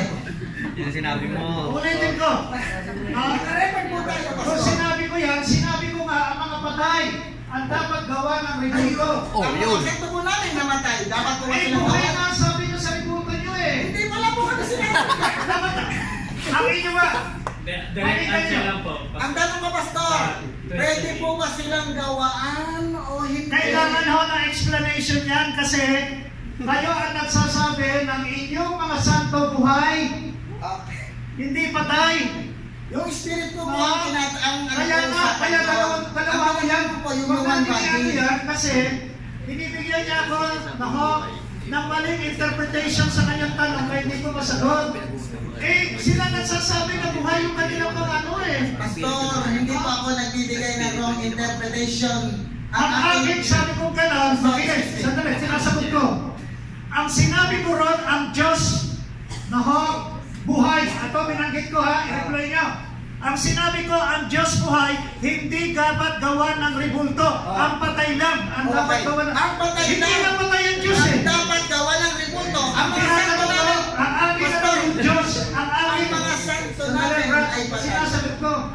Ang sagot ko dyan, ang aking topic, focus natin ang Diyos. Sabi ko, ang Diyos, ang referral. Okay, okay, sige. Doon nga mo tanongin sa Okay, Diyos. another question, Pastor. Sandali, doon nga mo tanongin sa Diyos kasi ang binanggit ko ay ang Diyos. Hindi siya patay, kaya hindi siya dapat gawa ng rebulto. Okay. Kung patay ang Diyos, Ito ang pangalawang tanong, Pastor. Totoo po ba na mayroong ganitong pangyayari na naganap? Totoo po ba na mayroong totoong pangyayari na ganitong naganap? meron. Meron. Ano yan? Nabigay mo. Hindi, totoo po ba na ang sinisimulo nito? Opo, na si Kristo binakol sa krus na matay. Totoo po ba mayroong ganito na naganap? Meron. Meron. Pwede po ba namin gawan? Dahil namatay ang Diyos during that time na ipinakol sa krus. Pwede po ba namin gawan na ganito? Kung tungkol sa Diyos, hindi pwede. Bakit Diyos pinag-uusapan natin? Iba sa tao. Okay, another Mas question. yung yan yan. Parang Diyos, ibang tao. Another question, Pastor.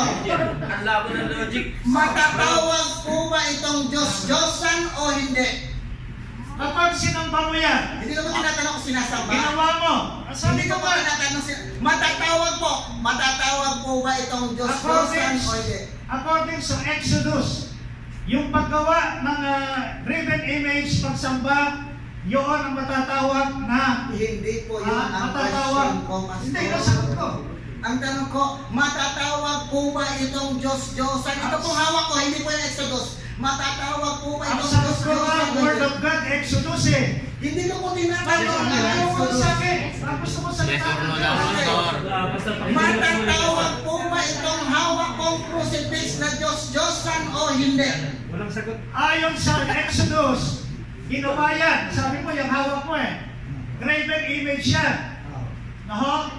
At kung sasambahin siya, papatiramaan. At bibigyan siya ng pagsamba na katulad sa Diyos. Yan ay talagang idolatry. Pero pag hindi ginanon, Diyos-Diyosan to o hindi? Sinabi ko nga. Pag tingnan mo, Diyos-Diyosan po Ginawa na nga eh. Mga, sabi niyo po kanina, meron po Ginawa ka ako, nga eh. Hindi. Grave. Sabi, gumawa ka. Pastor, ang Ginawa sabi mo. mo, Sinampa mo. ang sabi mo kanina, totoong merong ganitong pangyayari na namatay ang aming Jesucristo. Okay, ang tanong po, Pastor, matatawag ba itong Diyos-Diyosan o hindi? Hindi pa ako rumirefer sa Exodus. Dito po ako rumirefer sa hawak ko. Matatawag po ba itong Diyos-Diyosan o hindi? Question categorical. Oo o hindi lamang po. Sinabi ko, Exodus 24. Ang sagot ko, huwag mo ako pasagutin, nang hindi sinasabi ng Biblia, sa akin lang yan. Pastor, my question is categorical. You may also Categorical answer din ang categorically. Exodus 20. Okay, papasok ako sa Exodus 24. Pwede niyo po bang pangalanan kung sino-sino ang mga Diyos-Diyos ang tinutukoy sa Exodus chapter 20 verse 4 kahit lima lang po? Siya Pastor, ayaw mo nito, ayaw ka dito. Pumasok ako. si Molek. Ayun pala si Baal po ba to o hindi? Hindi. O yun naman pala. Hindi pala to Diyos-Diyosan. Alam niyo pala, hindi. Salamat, Pastor. Okay, next question. Salamat. Tama. Another question, Pastor. Acts chapter 7, verse 23. Sinabi mo, at kayong mga taga-Athena, dahil kayo ay mga religious, nakita ko ang inyong mga idol, at nakakita ako ng isang altar na may nakasulat na inyong sinasamba to the unknown God. Sino po ba ang sinasamba na nakita nila na unknown God doon sa altar na pinakikilala ni San Pablo? Wala na sinabi yung Biblia. Babasahin mo ba sila? Hindi ko nagsabi unknown God. Sino yung unknown God na Sinabi nakita? ko anong pangalan? Kaya nga tinatanong ko unknown. Di ba sino nga? Wala nga, ano nga? Yung pangalan So, hindi nga Pagkataon lang. pala ito. Ang sabi niya, Pastor May Pablo, kasama ng pangalan. ang sabi niya, ang Kristo na ibinako sa krus, ang sa aking ibinakilala. Nasa altar sinasabi mo. Pastor, nandun Kasi sa binabalik mo yung ano eh. At sino ang pinag-uusapan natin? Marshall. Ang Sino sabi po? altar. Ang sabi yung unknown God. unknown God. Sino At po? ang sabi na ng pangalan unknown God. Okay. Sino po? Sino po yung unknown Hindi God? ikaw magsabi kung Sino sino. po yung unknown God na gumawa ng langit at lupa kasi hindi nila kilalang sinasamba? Sabi dun eh, the unknown God that created heaven and earth na you worship, sino yun? May karugtong yun. Unknown God na sinayno kilala na sinasamba nyo na gumawa ng langit at lupa. Imposible hindi mo kilala yan. Na unknown God na gumawa ng langit at lupa. Sino yung pastor? Hindi nga nakasulat. Okay. Next question. Bakit ka sasagutin ko? Next question. Hindi, tinanong mo ako eh. Sagutin ko. Sige, direct answer lang po. Kaya nga, ang sinasamba nila unknown God, hindi yun yung Diyos. Kaya pinakikilala ni Pablo yung tunay na Diyos. Hindi nila kilala yung unknown God. Okay. Eh, pipilitin mo na yun, yung Diyos eh. Hindi nga nila kilala yung Diyos eh. Pastor, Huwag mo another. pilitin, ano ba? Ha? Huwag mo pilitin, ang sinabi mo, anong pangalan? Respeto ko sa iyo. Bigyan mo ng pangalan, wala kang masabi. Kaya nga, Ang sabi mo yung Diyos, mali. ng Bakit? langit at Sapagkat ang sinabi, di sana sinabi nila, sana sinabi nila, ay ito sinasamba namin, yung Diyos na gumawa ng langit at lupa. Ayun po, nagkaroon Hindi po yan. Okay, Kaya another sila question. ang Diyos ng God. Pastor, another question. Hindi nga nila kilala. Sabi mo Ha? na ang mga ribulto ay hindi nakatutulong. Sabi mo. Pero, merong katulad mo na senior pastor na inaginang ko na gumamit ng ribulto. Ayun. Ang tawag niya dito ay icon of humility. Hindi ho yan. Huwag mo yung sabihin Hindi, yung mga pastor. tinatanong ko. Tayo rito. Ako yung pastor kayo. Ano mo? Ang tanong, Ayun sa akin. ay sayang. Ako yung pastor na. Sabihin mo. Okay, ako na. Represent mo. Ako na. Okay.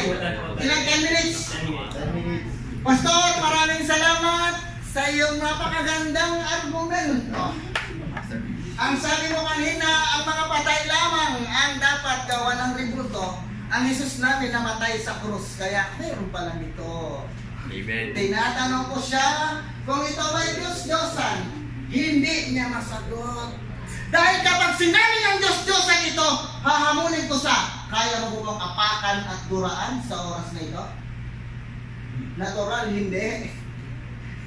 Dahil doon siya magkakaroon ng dilema. Kapag ka-challenge ko sa, hinihintay ko sa magot kung Diyos-Diyosan at hindi, kung pumasok ka siya sa pitag ko na yun, lalo siya magkakaroon ng dilema. Dahil pag sinabi ng Diyos-Diyosan ito, Pastor, kung ito'y Diyos-Diyosan, kaya mo ba itong duraan at apakan sa oras na to? Ayun ang magiging dilema sa kanya. Kung kaya mo, Pastor, ilalapag ko ito mamaya, pakita mo, naduduraan mo at aapakan. Di ba? Ano ba? Hindi raw kailangan ang ribulto. Pero, nung naka-attend ako doon sa Green Hills, binotismuhan pa nga ako doon, pinapahubad yung cross ko, hindi ko hinubad eh. Sabi ko, magkakamataya na tayo, hindi mo matatanggal ang cross. Dahil ayon sa pastor mo, pinicturean ko. That is an icon of humility. It is not idol. It is an icon of humility. Sabi ko nga, huwag niya yan ang This is my time. This is my time. Ang topic natin ay ribulto. Ang topic natin ay ribulto at picture din ang pinakita ko. Ginagamit din pala nila nito. Kapwa niya, Pastor. Hindi pala to idol. That is an icon of humility. Baka kilala mo, Pastor sa Green Hills? Yan. Di ba? Napakalinaw. Icon. Eh masakit, si Jim Caviezel, ginawa nilang si Kristo. Si Jim Caviezel to, doon sa yung artista ng Count of Monte Cristo. Hindi po ito, pero tinawag nila na icon of humility si Jim Caviezel na ipinako doon sa Passion of Christ. Siya rin may nagpatunay na representative lang yan. Ha? Ang lista to si Jim Caviezel, pero anong tawag nila? It is an icon of humility. Di ba? Napakalinaw, Pastor. Tinatanong ko siya, sino ang known God na gumawa ng langit at lupa? Hindi niya alam. Mga antena! Ang pinakikilala ko sa inyo na hindi ako sa krus, kung hindi si Kristo. Ayon sa iangat mo lang yung talata. Natutuno? To the unknown God na sinasamba nyo na gumawa ng langit at lupa. Si Kristo yun. Kaya na unknown God na hindi nila kilala. Pinakilala na isang Pablo. Iangat mo lang yung talata. See? Ano ba? Bakit ka mga ribulto? Hindi yan mga multo. Yan ay mga representative. Yan ay mga pangalala. Hindi yan mga Diyos. Tinanong ko si Pastor, ang sabi niya sa Exodus chapter 20, verse 4, yun daw ay Diyos ang tinutukoy. Pinangalanan ko kung sino-sino. Nagulat po ba kayo? Kasi medyo kayo seryoso dyan eh. Sila po, tinanong ko, pwede bang pangalanan mo kung sino? Si Baal, si Astaros, si Semos, si Moloch, si Dagon. Kailangan na pala yung Diyos-Diyosan. Pero hindi niya matukoy. Si Mama Mary, si San Pedro, si San Pablo, hindi niya matukoy. See? Pero kilala niya ang mga Diyos-Diyosan sa Exodus chapter 20. Pansinin ninyo sa New Testament, Panginoon, sa ilang binatang mayaman, ano po ang dapat kong gawin upang ako'y makapasok sa kanila ng Diyos? Inisa-isa ni Kristo, pero hindi na sila rin, do not make any graven image. Hindi siya nag-umpisa ron. Ano sabi niya? Ibigin mo ang iyong, ibigin mo ang iyong kapwa. Huwag kang papatay, huwag kang manangalo niya, huwag kang... Yun ang sinabi niya, pero hindi sinabi ni Jesus. Huwag kang gagawa ng kahit anong larawan. Wala doon sa New Testament. Ang tinukoy niya yung pag-ibig sa kapwa. See? Hindi ka si Kristo sa ribulto, sa larawan.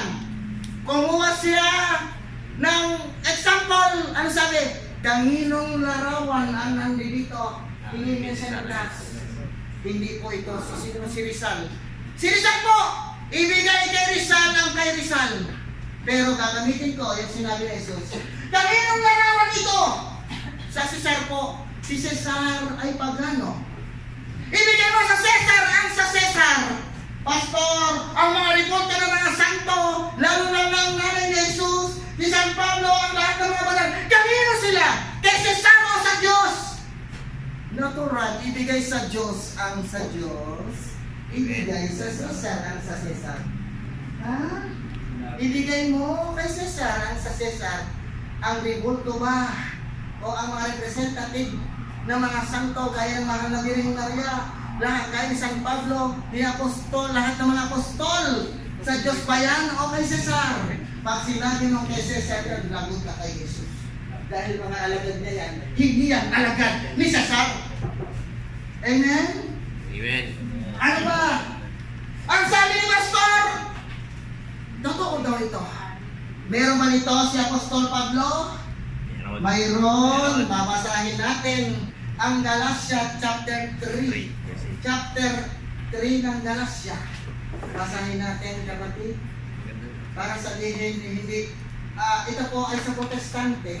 Ngayon kung magre-request kayo, meron din akong Katoliko nito. Kasi pag umangal na, sa Protestante yan, bakit ayaw mong gamitin ang sa Katoliko? Eh di magkakatoliko ako nito. So, Protestante, para hindi naman sabihin, kumakampi sa akin ang Biblia. Ngayon pa man, kampi talaga sa akin ang Biblia. Sabi nito, O foolish Galatians, what magician has hypocrited you and cast an evil spell upon you? For you used to see the meaning of Jesus Christ's death as clearly as though I have waved a placard, a picture with Jesus Christ nailed and died on the cross. Anong gusto niyo makita sa inyo, mga hangal na taga-Galatian? Na si Kristo ipinako sa krus, na larawan ni Kristo na ipinako sa krus. Kaya kami meron, si Apostol meron eh. Kani pa kaya wala? Sabi niya, hindi rin gumagamit na limuto. I have a picture of Jesus Christ, nailed and died on the cross. Winipit niya sa kanyang placard ayon sa Biblia ng Protestante. Hindi ito sa atin. Sabi niya, hindi raw gumagamit ng ribulto. Eh bakit siya merong crucifix? Ayon dito. Di na? Pastor? Ano ba? Magbibigay na ako ng mga talata. Exodus chapter 25 verse 17 to 20. May ribultong pinagawa ang Diyos. Exodus chapter 26:1. Puntahan ang mga larawan ng kerubin. Ang tawag tipanan. Ano pa? Exodus 20:31. Puntahan din sila. Exodus 36:35. First Kings chapter ano yun? Pastor? Ano yun? First Kings chapter 6 verse 29. Picture of angel of the temple. Meron. Ayon din doon sa King 7:22, may mga larawang nakaukit na larawan ng leon, baka, kerubin, bulaklak at iba pa. 2 Chronicles chapter 3 verse 7, dingding ng templo, dinukita ng mga maraming kerubin. 2 Chronicles chapter 3 verse 13, mga telang pinurdahan ng larawan ng mga kerubin. Dimaksot ng parwe. Ano pa? Ezekiel 41 verse 17, 41 verse 7, mukha ng mga tao, mukha ng leon, mukha ng leopardo. Nando doon. Ang sabi niya, wala raw yung tulong, hindi raw yun makatutulong. Eh bakit kung hindi yun makatutulong, eh bakit nagpagawa pa ang Diyos? That is religious purpose. See? Napakalinaw. Symbol of God ba yun? Basahin natin, Pastor, ayon mismo sa mga Protestante. Symbol of God ba yun? Ito, Pastor, ang sabi ng The Message Bible, ang sabi dito po, ang sabi, ito po, babasahin ko po, 7:4 and the following verse. Sabi niya, while your people were at worship your enemies, birds in the brawling and strolling graffiti, they set fire to the forts. Ito yung sa templo, giniliba ng mga kalaban ng Israel. Yes, beat down the doors and sledgehammers. They split them to the cannons. Tutuloy ko lang, babasahin. They burn your holy places to the ground, violate the place of worship. Place of worship pala yun, yung may mga larawan. Place of worship They set themselves, will wipe them all out, and bury down all the places of worship. That is the places of worship. Tuloy natin. They're not seen as sign of symbol of God. Symbol of God yun. Sabi niya, hindi na pwede ilarawan yan. Mamaya, marami pa akong talata na ang Diyos ay mga may representante. Mamaya, abangan nyo. Alright.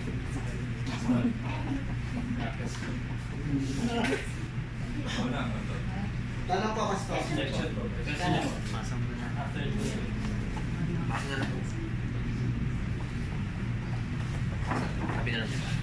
Okay. Yung bang tinatawag mo unknown God, sinabi mo, hindi naman ako sa hindi agree kasi Paul nagpakilala ng unknown God. Pero,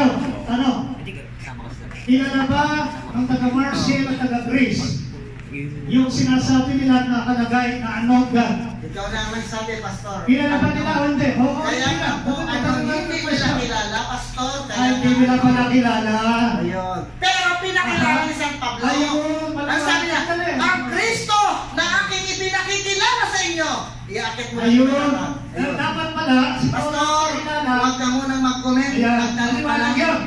Napakaliwanag. Question na po. Okay. Sumasagot ako sa'yo ng categorical. Pero ikaw ayaw mo kong sagutin ng categorical.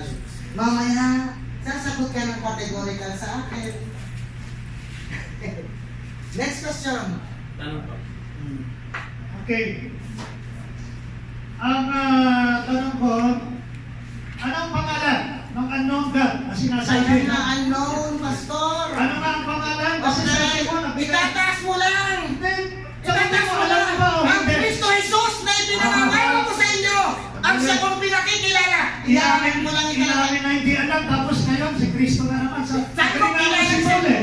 Kilala. Sandali. Sagot mo. Ako na si Paul ang nagpakilala. Yes, kilala ni San Pablo. Pero, yung mga taga-atos, Tanong mo nga. Okay lang po. Sige po. hindi po kilala ng mga Tatanong ako. Pastor, sagot.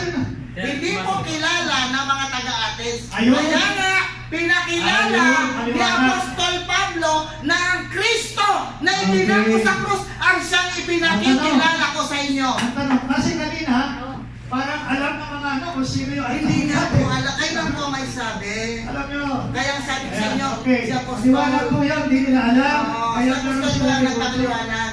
Okay. Ano? Question po. Question na. Alam ba ng taga Athens yung pangalan ng unknown God?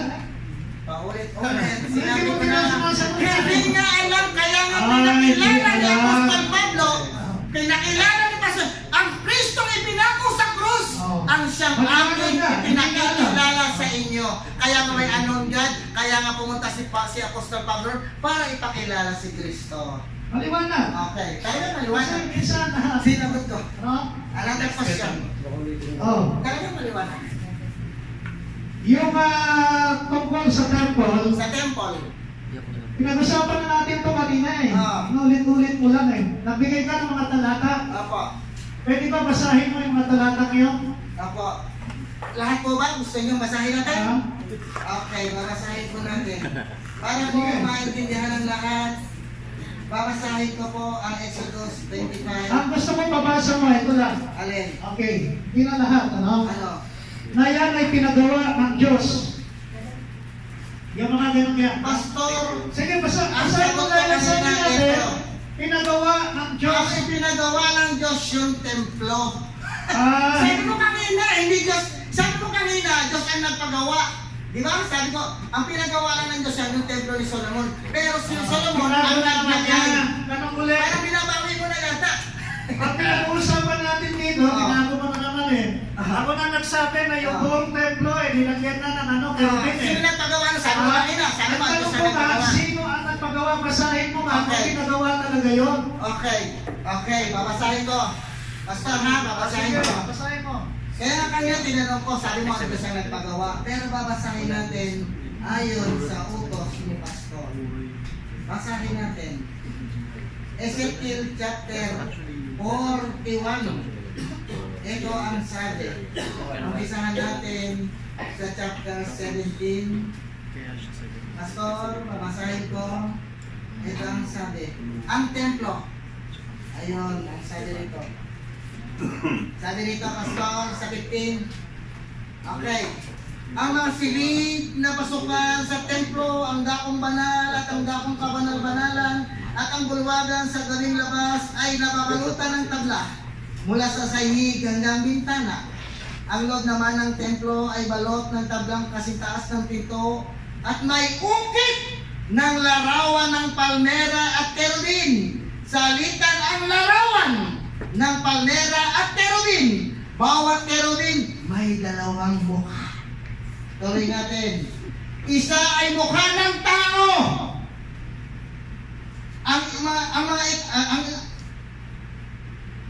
Mukha ng tao, mukha naman ng leon ang isa. Itataas ko, medyo malayo.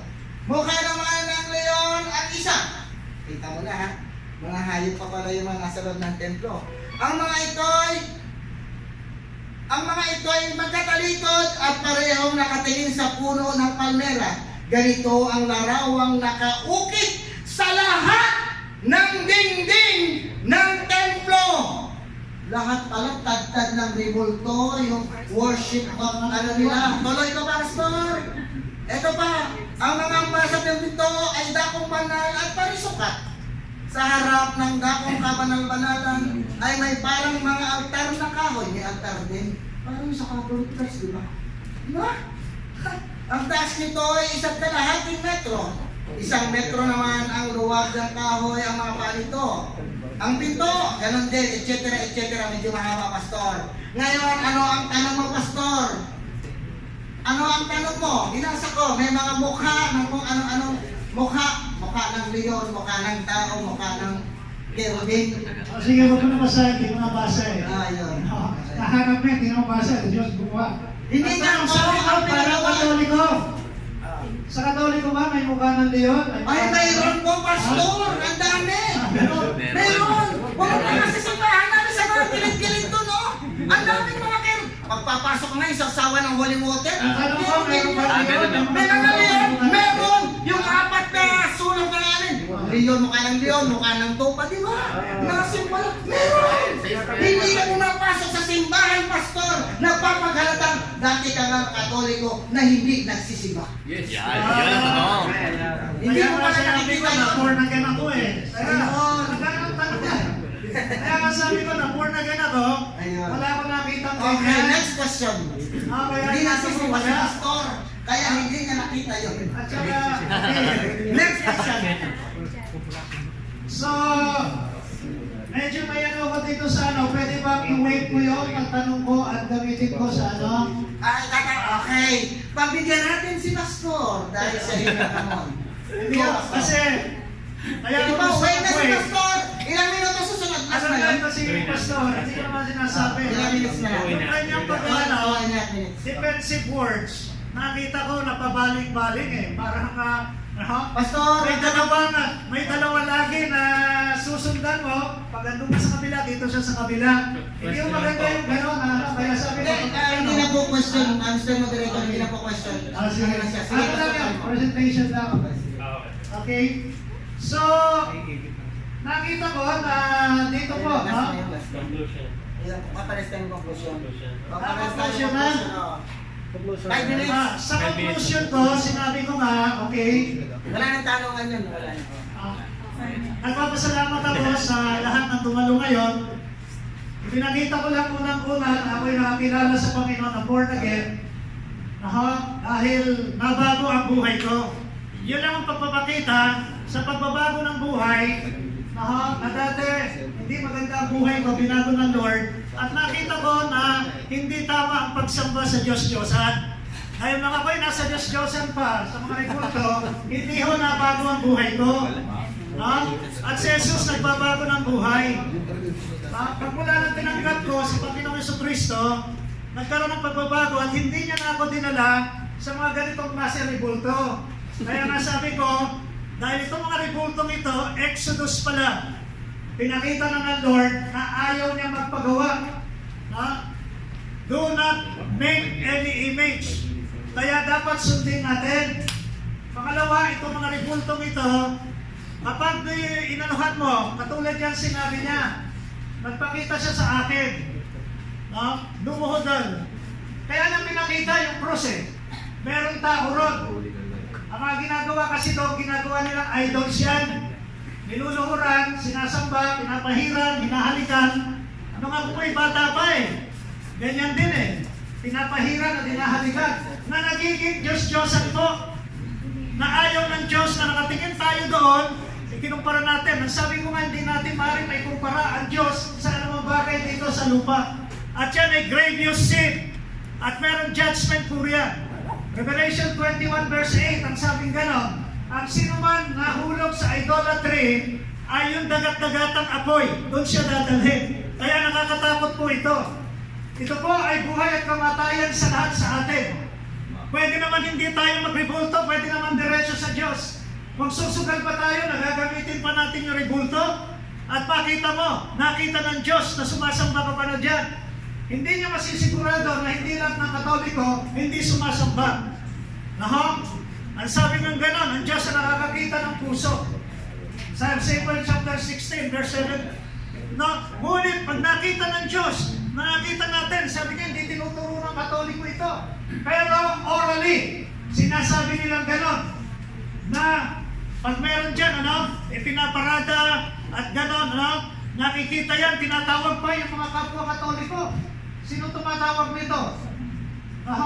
At sinasabi nila, puntahan ito, hindi ko na babanggitin, pero ilalagay ko na ito para alam natin, kapag kumadating po yung Black Nazareth, nakikinig ko po sa television, at sabi ng pare, inaanyayahan nila. Pagkatapos pila-pila po yan, nahalik doon sa palangkakan ng ribulto. Hindi mo po magsamba yun? Maliwanag po, magpapadala pa, hahalik. Yun na yan, sabi, hindi tinuturo, pero ginagawa. Iba po yung sinuturo, iba po yung ginagawa. Pag sinabi mo orally, itinuro mo na yun. Kahit sabihin mo, pinababasa mo sa kanya, wala naman sa katitis mo yan eh. Hindi tinuturo, pero sa aktual, nag-aanyaya yan, pira-pira. At pagkatapos pag pinaparada, ano na nangyayari? Katulad ko, nung kabataan ko po, sumasama ako sa parada. Nalulungkot ako, nagkakasakitan. Nalulungkot ako, pinag-aaguan yung bulaklak. Nalulungkot ako, kanya-kanyang pahit. Na parang tingin nila, may kapangyarihan at buhay, yung santong yun, yung mga ribultong yun. Nung makita po ng Panginoon, kung Diyos ang titingin sa ibaba, God is jealous. Ayaw ng Diyos yung gano'n ang gusto niya, diretso lang sa Kanya. Kaya nga, pinamamanhin ko po sa bawat isa, magbasa kayo ng Biblia. Marami akong talatang inihanda, ako na nga ng oras. Pero ipakikita ko sa Kanya, ngayon pa man, yung sinabi niyang krus gano'n, sinasamba na yun, hinahalikan na, nilalagyan na yun ng kandila, at ginagawa na lahat. Ibig sabihin ng Panginoon, thou shall not make and worship. Mahalaga yun. I will visit the iniquities of your fathers in third and fourth generation. Kung totoo nga, yun ang pagsamba. Nakakalungkot na bibisitahin ng Diyos ang ikatlot na apat na saling-lahi natin sa kaapo-apuhan. Kaya nga, makita po natin na grave image, grievous ano po ito? Grave, sin na meron pong judgment na pagdating ng time. Haharap tayo lahat sa harapan ng Diyos. Magsusulit tayong lahat. At pakita niya, naka-video lahat, alam ko, pakikita sa atin lahat ang ginawa natin. God is a jealous God. At isang paghato ng Panginoon sa gawa. At dito sa gawang magsamba. Maraming salamat po. Hindi ko natatalawag. Ako naman, Pastor, maraming salamat sa iyong conclusion. Ang sabi ni Pastor, how can represent the living God? Hindi makukumpara ang Diyos ayon sa Kanya. Pero ayon sa Biblia, ito ang aking babasahin. Maglista ka, Pastor.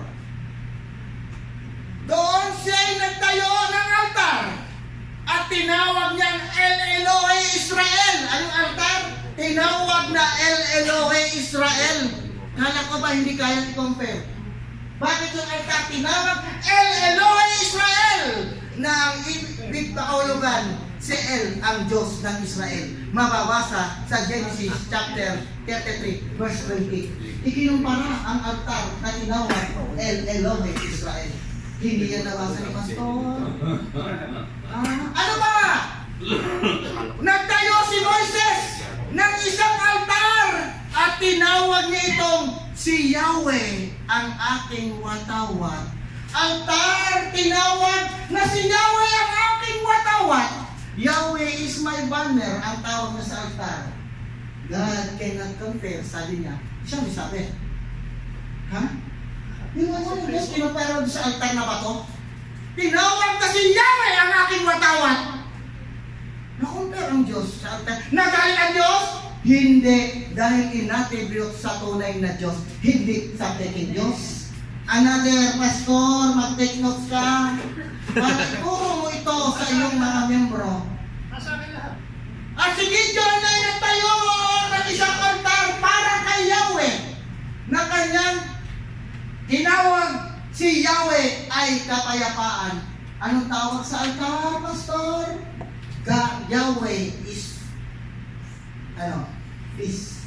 Si Yahweh ang kapayapaan, yung pangalan ng altar. God of peace. Si Yahweh ang kapayapaan. Nagalit ba ang Diyos? Bukod chapter 6 verse 24. Sabi niya, God cannot compare. Pero ang Diyos pero ang Biblia, nagko-compare. Nasa altar, tinawag. Take those mga kalagay ni Pastor, magbasa kayo. Another! Si Yahweh ay ipagtatayo. Ano itatayo? Ipagtatayo sa Ehipto ng isang altar at siya ay pararangalan sa pamamagitan ng isang haliging bato. Aba? Ipagtatayo ng altar si Yahweh ng isang haliging bato. Akalain mo yung Yahweh ng Israel? Tatayuan na, tatawagin haligin ng bato. Nagalit ba ang Diyos? That is comparison between Yahweh and the figure of stone. Magbasa kayo. Hindi lang selected verse. Dahil ang Bible, buo yan, hindi ang putol-putol. Di ba? Ang linaw. Magtatayo ng pillar of rock. At ito ay ipabibigay nila kay Yahweh. Na hanggang ngayon ay nandoon pa. Yan ay mababasa Isaiah chapter 19 verse 19. See? Kala ko hindi pwedeng i-compare. Dapat mag-aral tayo ng hermeneutics. Mag-aral tayo ng theology. Mag-aral tayo ng exegesis. Yan ang kulang sa atin. Amen? Kung nilecture nyo pa na ito, bakit hindi nyo naiintindihan? Di ba? Nilecture nyo to, dapat naiintindihan mo to.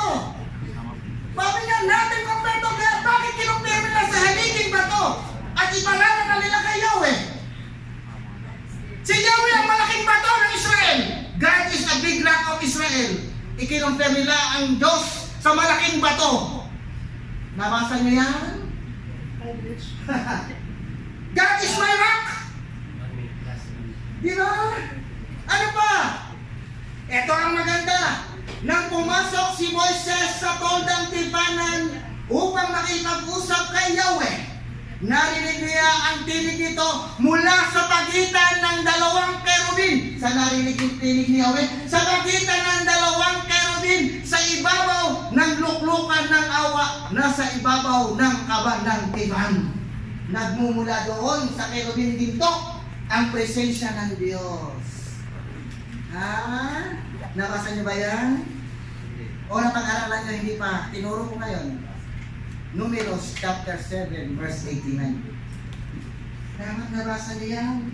Tinuro mo sa kerubin dito, sa pagitan ng dito, doon nila narinig ang tinig ng Diyos. Ano ba? Ang sabi dito, pinangungunahan niya ang buong hukbo at nagpunta sila sa Baal Juda upang kunin ang kawanang tipan ng kinakatawan. Ano yung ang kawanang tipan na mayroong dalawang kerubin? Kinakatawan sa kaluwalhatian ni Yahweh, ang Diyos na makapangyarihan sa lahat, na nakaluklok sa ibabaw ng mga kerubin. Ayan, ang Yahweh pala, ang kinakatawan pala noon ng dalawang gintong kerubin na kung saan nakaluklok si Yahweh sa ibabaw ng mga kerubin. Nothing compared to God according to you. Pero mga talata ng Bible na nagpapatunay. See? Purihin natin ang Panginoon. Hallelujah, praise the Lord. Hindi po ako sinagdulate. Purihin ng Diyos. Ginagaya ko lang yung boses. Glory to God. Tapos na, Pastor, magkaya na tayo. Na bawal yan kapag ka hindi nagdadasal bago kumain. Okay, magdasal na tayo para sa biyaya. Hindi ibig sabihin nakaharap tayo dyan, dos-dosa na yan dahil sa harap na tayo nagdadasal, ha? Correction. Hindi porque nakaharap ka sa pagkain, nagdadasal ka, yan lang ang dinadasalan mo. Huwag niyo lang patirapaan. Kahit ang patirapan ka dahil meron na kayong nakita kumakain, nagpapatira pa. Nagputo ng kamay na naman ni Malimos. Pwede ba magtanong? Wag na, marami tayo mabayan ang oras. Okay lang. Gusto ko recommend, total kumakain Hindi, kaya mo na tayo. Open forum tayo, kung pwede pa may oras. Magtanong kung gusto mo. Wala na. Sasagot ako, sasagot siya. Pastor, Okay, magdadagdag na tanong. tayo. At kung gusto ni Pastor, Marami tayong babayaran. may second stage, ano ang topic? Meron ulit, part About 2. salvation, topic, at ano kayo mag-alama? Meron ulit, part 2. Ako hanggang part 100, open ako. Hanggang part 100, any kind of topic against the Catholic Church teaching.